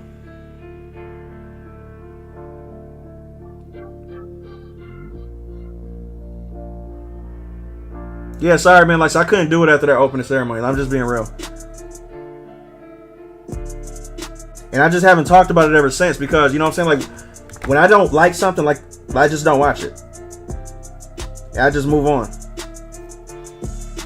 I had people ask me every single day, "You're like, you watching the Olympics? You watch the Olympics?" And I'm like, "No, I haven't." And then, like, see, they'll get taken back by it. They're like, "Why?" Well, because they straight up disrespected. They blatantly did it on live TV. Matter of fact, there was a nigga's nuts out on live TV next to a child, and nobody said shit. Most people didn't even realize that shit was there. But guess who figured it out? Because I did. This dude was wearing a thong next to a girl with his nuts hanging out the side of his fucking drawers. And nobody said nothing. Nobody's going to call him a pedophile. Nobody's going to do anything. Nobody's going to mention not a damn thing. Because apparently, when you're weird like that, right, you get a pass. That shit is insane to me. I'm like, how are we going to allow this shit on live TV? Disrespecting the Last Supper, and then you're going to have a person dancing like next to a kid in drawers. Nothing but your drawers. With a child. With your nuts out. Oh, but y'all want to shame Dr. Disrespect though. Get the fuck out of here with this inconsistent bullshit. I do not like people who do that. You know what I'm saying? Who literally be like, yo, like you have this weird energy, like an animosity for one side, but then as soon as it happens to your side, all of a sudden you brush it underneath the rug. It's like, you gotta be consistent with me or I don't respect you at all. I find you to be a bitch. That's crazy to me. That's why, like I said, I haven't been saying nothing about this Chris Tyson situation too, because it's the same shit happening with that. It's like, really? Y'all not gonna speak on this? All because he's trans? Are you kidding me? Because you don't want to offend the community so bad, you can't even bring up the fact that he's a straight fucking pedophile. But you're gonna bring it up to Dr. Disrespect because he's not on your team. It's like, y'all people are weird. Y'all are extremely weird. That's why, bro, y'all haven't seen me say nothing about that, have y'all? I haven't even mentioned it. But that shit right there is just irritating me. That's the reason why, like, I haven't been watching the Olympics at all, though. For real. I cannot stand inconsistent shit. And that apology that the French tried to give the nation was laughable. Reminded me of Ubisoft. I'm like, this is not even this is not an apology. This is basically like a sorry you feel so offended. It's like, oh, okay, so y'all just disrespecting this religion. Gotcha. Okay, gotcha. I got you. Try that shit with a Muslim.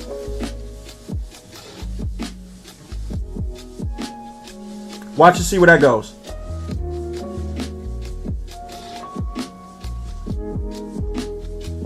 Exactly, you transphobic or fatphobic. I don't give a fuck about being called that at all. I really do not care about people calling me, like, especially people who are terminally online, calling me a fatphobe or a homophobe or whatever the fuck like that. Bro, you don't even know me in real life. I don't give a fuck. You can call me whatever you want. And they don't even know what those terms mean. That means you're afraid of those people. I'm around these people every day. What do you mean I'm afraid of these people? You're using the wrong term, idiot. But they just use that shit like crazy because it's an internet term. You know what I'm saying? To get you to be labeled at something. So that's the reason why they use that shit.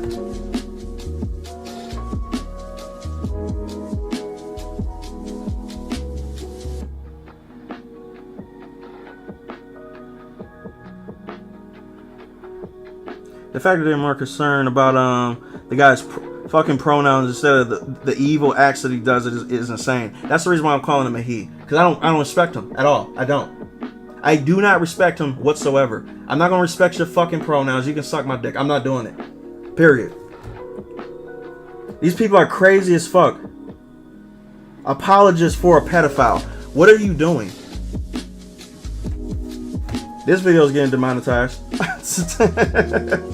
I already know that for 100% for sure. I don't care though.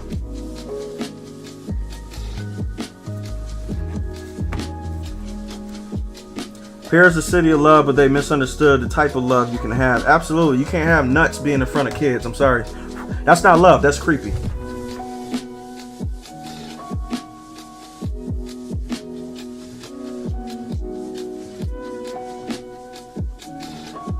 Man, they don't want me to be on the podcast at all. They're going to look at my body at work and they're going to be like, oh, this dude just going to say shit. we can't stop him from saying this shit. So we just not going to invite him on. No, you don't want to invite me on. That'll be the worst day you ever had in your life.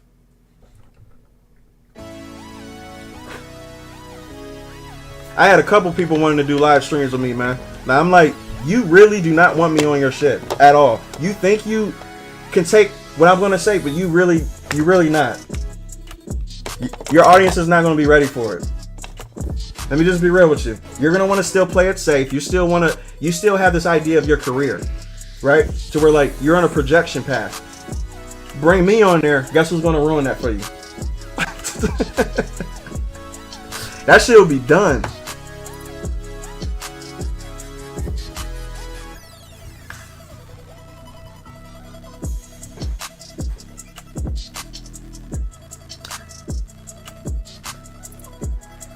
Yeah, so here's the fact about the LGBT. I could give a fuck about you being what's the name, gay or straight. That doesn't bother me. The weird shit bothers me. But here's the thing though, you could be weird if you're straight or gay. So that's the only demographic I'm talking about is the weirdo people.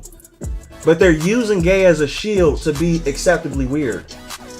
And it's like, quit using the LGBT shit to use your weird, to like, you know what I'm saying? Like to just be a fucking weirdo because you know that people are not going to criticize you because you're that. Because you're a part of that. That's what Chris Tyson is doing. That's why I'm calling him a he. Because he's using the trans shit as a reason to get away with, the weird shit that he does. That's just obvious by now. You're not going to get me to stop.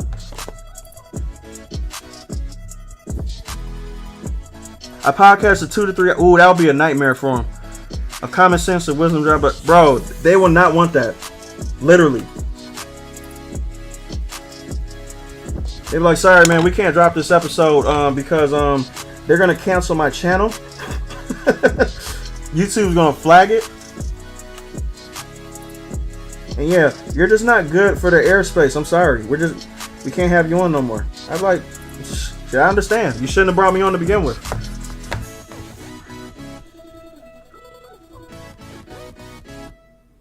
Yeah, that shit is weird, bro, for real. I would let you get on my live stream and go crazy, bro. I don't give a fuck neither. I hear you.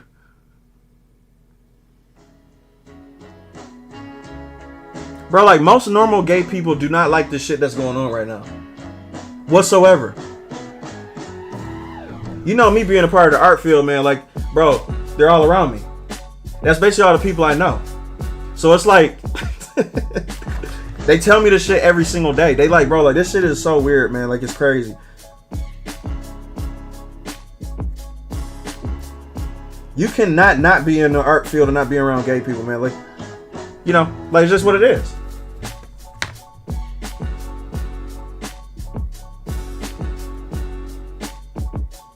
The regular gay people are the most honest people that you would meet on the fucking planet, though. That's the reason why I vibe with them so much. Is because like most of them just do not give a fuck.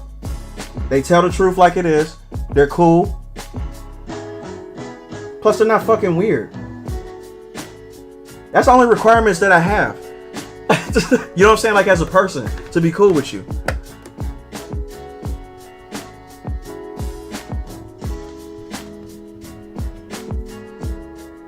Fucking strange, man. Strange as hell. It's not hard at all. You know what I'm saying? To be normal. Straight embarrassed. Uh-oh.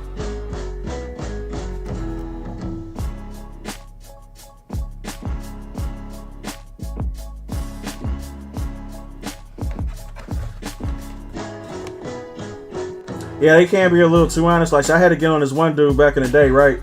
With me going to school.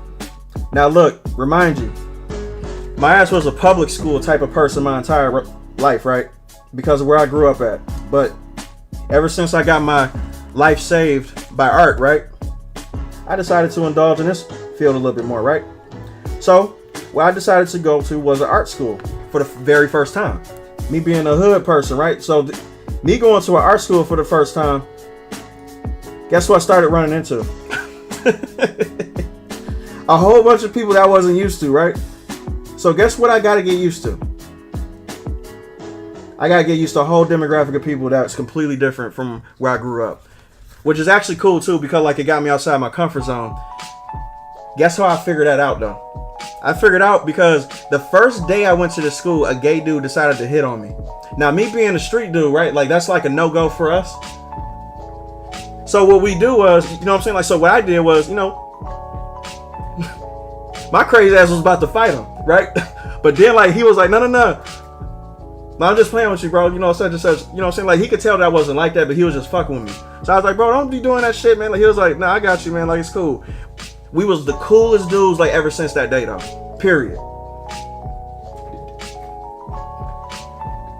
That dude was the most honest person that I ever met in my entire life. Really. He doesn't shy away from nothing. He doesn't play. He just, you know, just tell the truth like it is.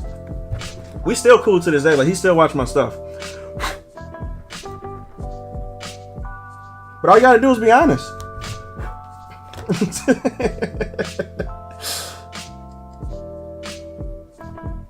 That's how most of the people I meet, you know, like basically are too. Though, like they're like extremely upfront, honest people.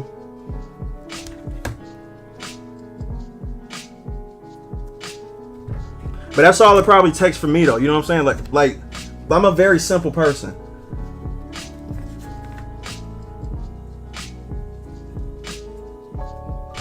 My ass about to get down with him too, man. I'm like, man, she ever fucking shit. Oh, that shit was funny as hell, though.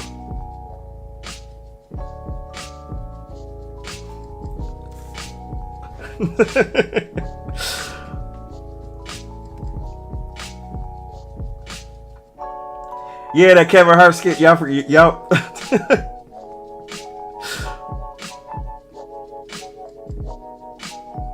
The bum bumps, man, Jesus Christ. We all deal with it, man. Like, it's just how you deal with it. You know what I'm saying? Like, you know, set your boundaries. And that's cool. He ain't do it again, though, but you know what I'm saying? Like, he did it to other people. Like, and it was so funny when he did it to other people. Because, like, he just know what he can do. Like, he not a weak dude either, though. You know what I'm saying? Like, he know, you know what I'm saying? Like, he's not a bitch. So, you know what I'm saying? Like, so he was just doing it, just testing it, just to see. I'm like, bro, you gonna get your ass whooped for real one day. He like, no, I know what I'm doing. I'm like, okay.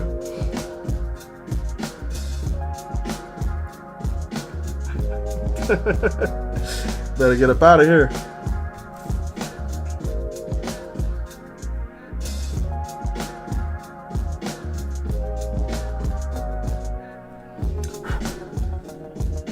I actually had a dude hit on me when I worked at a movie theater once. It was actually pretty funny. It'd be funny sometimes, man. For like, especially when they know that you're gonna get pissed at it too, though. Most of them just test the waters just to see how you're gonna react. Not the white ones though. Like the black ones are very, very aggressive with it. You know what I'm saying? Like they don't give a shit. But there's some white dudes I met, you know, who were gay too, like that. You know, that used to go to art school with me.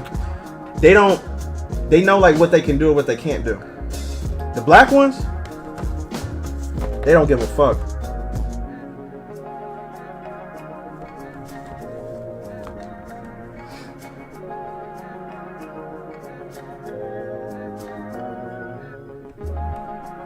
Yeah.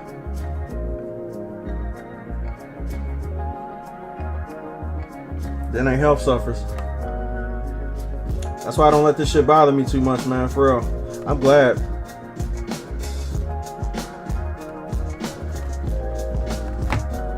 I swear to fuck if there's another goddamn ad.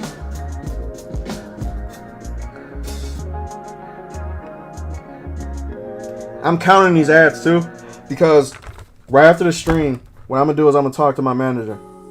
I'm gonna be like, what the hell is going on? You're gonna have to get me involved with this. I'm gonna have to talk to the dude who I talked to last time, cause this shit is getting utterly ridiculous.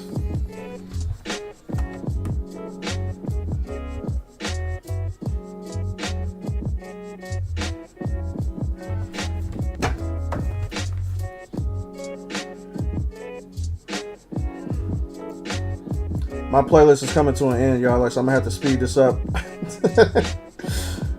Oh shit.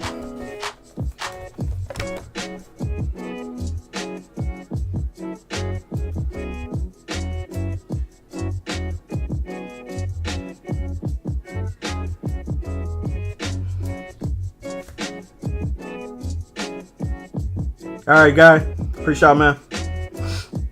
This dude hit on me when he was about to see Candyman, and he said he held my hand throughout the whole movie, and he said it was for his benefit, not mine. This was back in 2021. That's funny as shit.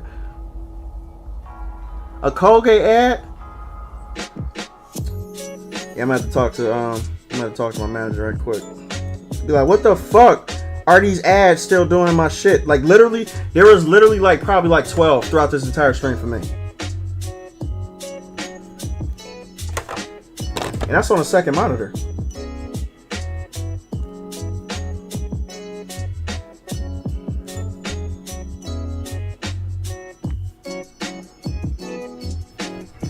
Fucking Colgate. I guess they're trying to tell you how to brush your teeth.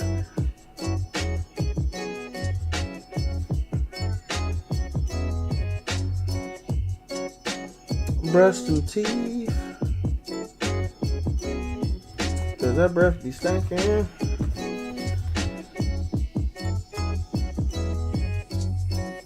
Colgate is a shitty toothbrush anyway, so I don't know why they fucking showing that shit. I don't know nobody who uses Colgate besides if they're going on vacation for like a day or two. Like, you just have to pick it up. Colgate is not something that normal people fucking just pick up in a store. Nobody cares about Colgate. It's a shitty brand. But if I'm going out of town for like a day or two, I'd be like, fuck, Colgate, the only thing on the shelf? I'll pick it up, whatever. Tastes like shit. This is bland.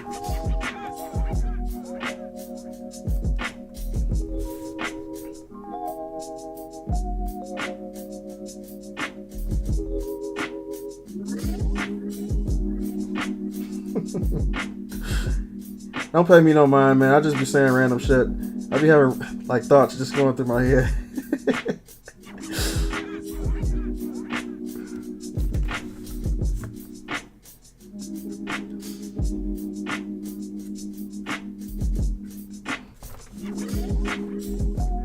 The super cute dentist. Well, I would love to have a cute dentist, but I don't. I have an old motherfucker that's like 80 years, 90 years old. That's about to be dead probably next year. Hopefully not. Kind of need my teeth cleaned again next year. Better keep his ass alive. I would have me use Colgate in 2016, and eventually I said, fuck it. I switched to Sensodyne. Yeah, Sensodyne is actually good. Much better.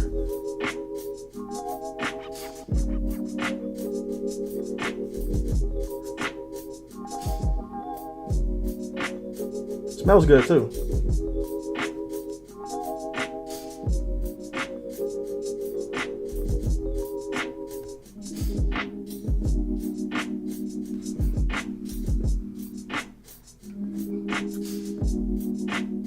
Yeah, Colgate is full of shit.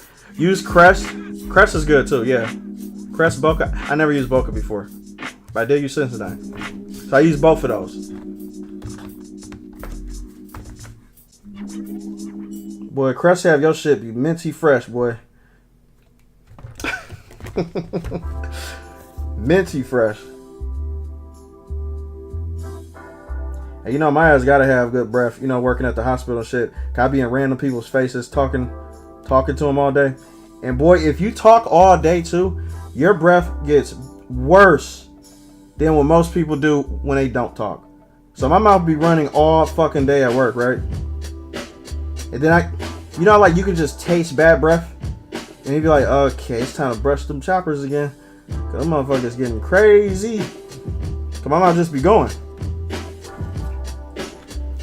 And boy, Crest come in handy. I don't know why, but I've been getting lucky with having a cute dentist. Yeah, you lucky. And now since 2022, I've been having a cute eye doctor. Man, screw you. I don't want to hear no more of that.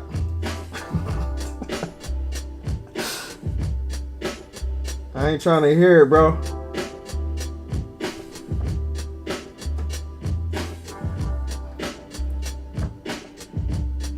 Magnet for cute doctors, for real. Nah, give me a sucker. What happened to dentists giving you suckers when you leave? You know what I'm saying? Crest got you fresh. That's a good tagline. They should pay you for that.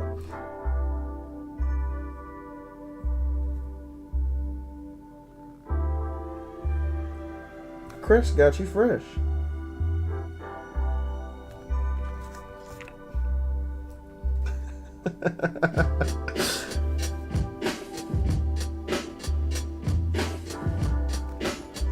Hey yo, we're gonna have a course, man. We're gonna have a course. Those type of women too, they're the easiest to get. Even they struggling out there. See, Whistler knows they are. When a woman has a profession like that, she's begging for a situation like that to happen. Begging. You might not think it, because you think that, oh yeah, she's about her shit. Oh yeah, she's like focused. She's like, you know, she's a dentist. That don't mean shit. They got fantasies just like us. You think that she's going home every day just doing business? No, she's going home to a cat. Probably a husband if she's married though, but even then. I'm telling you. Listen to Jay, okay? Listen to me, please. Trust me. I know what y'all be thinking. Y'all be thinking like, oh, it's impossible. She's like such and such.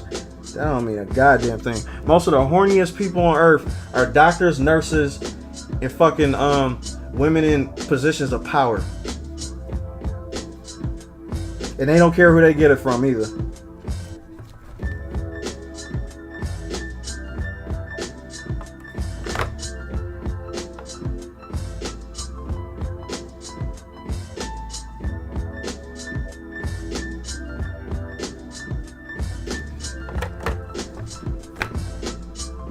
I'm scared to do this hair.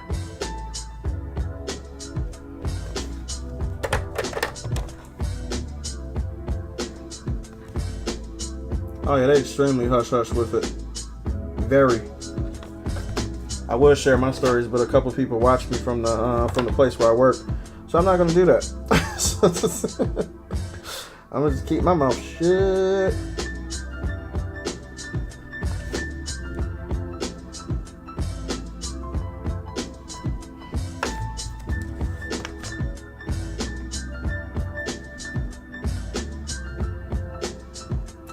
Dennis is married.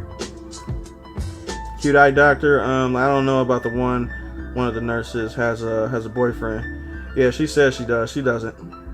Still don't know why I remember those things. Cause you paying attention. That's why. The nurse like that was with me at the eye doctor, by the way. Hey.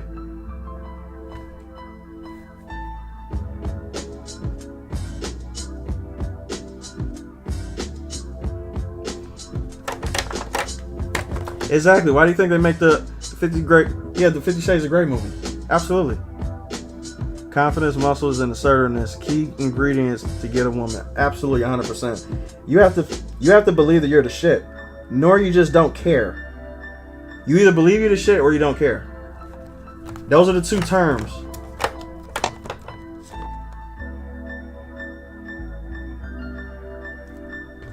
Plus, two, don't be thinking you're annoying a woman too, like when you're just having a conversation. You know what I'm saying? Like, they will let you know when it's too much. Just have a conversation.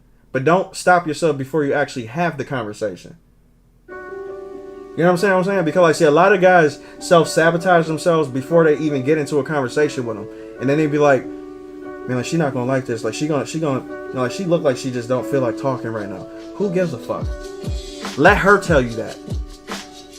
Don't stop yourself from doing it though, because a lot of us do that all the time. We be like, man, I don't think we're gonna do, such and such.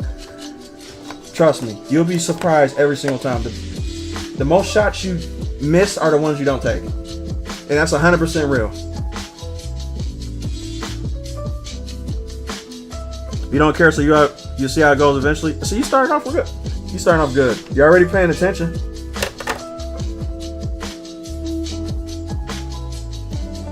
And just let it happen naturally. If it does, right?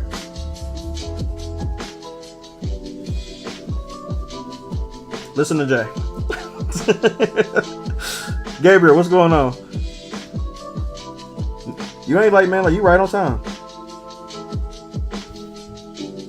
Hey, look, when you come in, you right on time. There's no wrong time of coming to the live stream, man. We all got lives.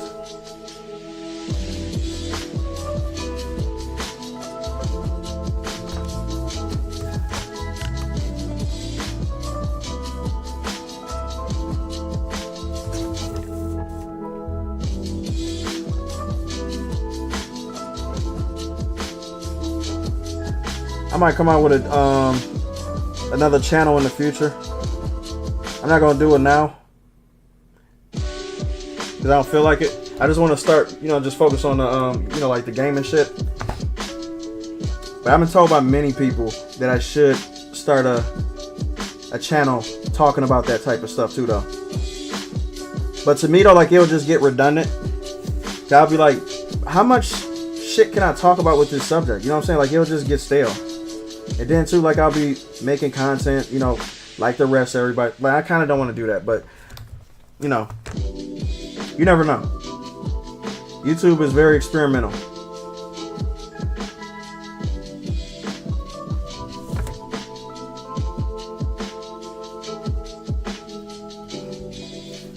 I was finishing Midnight Mass. That's a good ass series too.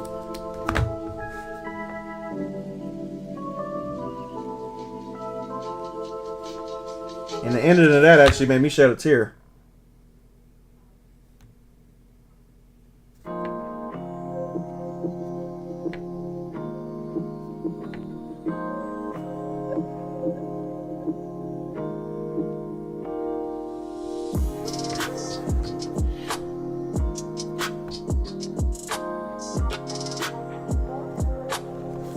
I don't see how he wouldn't enjoy it. That show is amazing to me.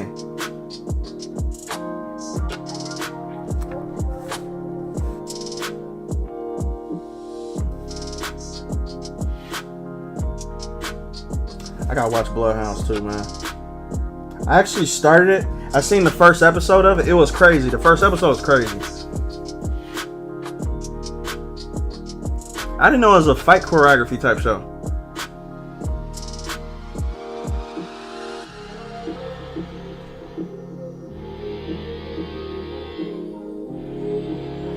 But I gotta get back on that to see what it's about, though.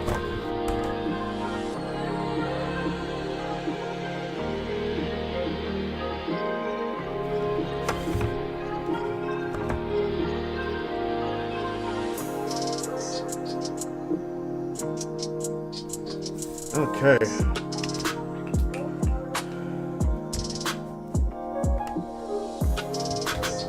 I think our girl is finished. I think she's done. Now, episode 3 is a good show so far. Yeah, I'm gonna have to watch that, man, for real. 100%.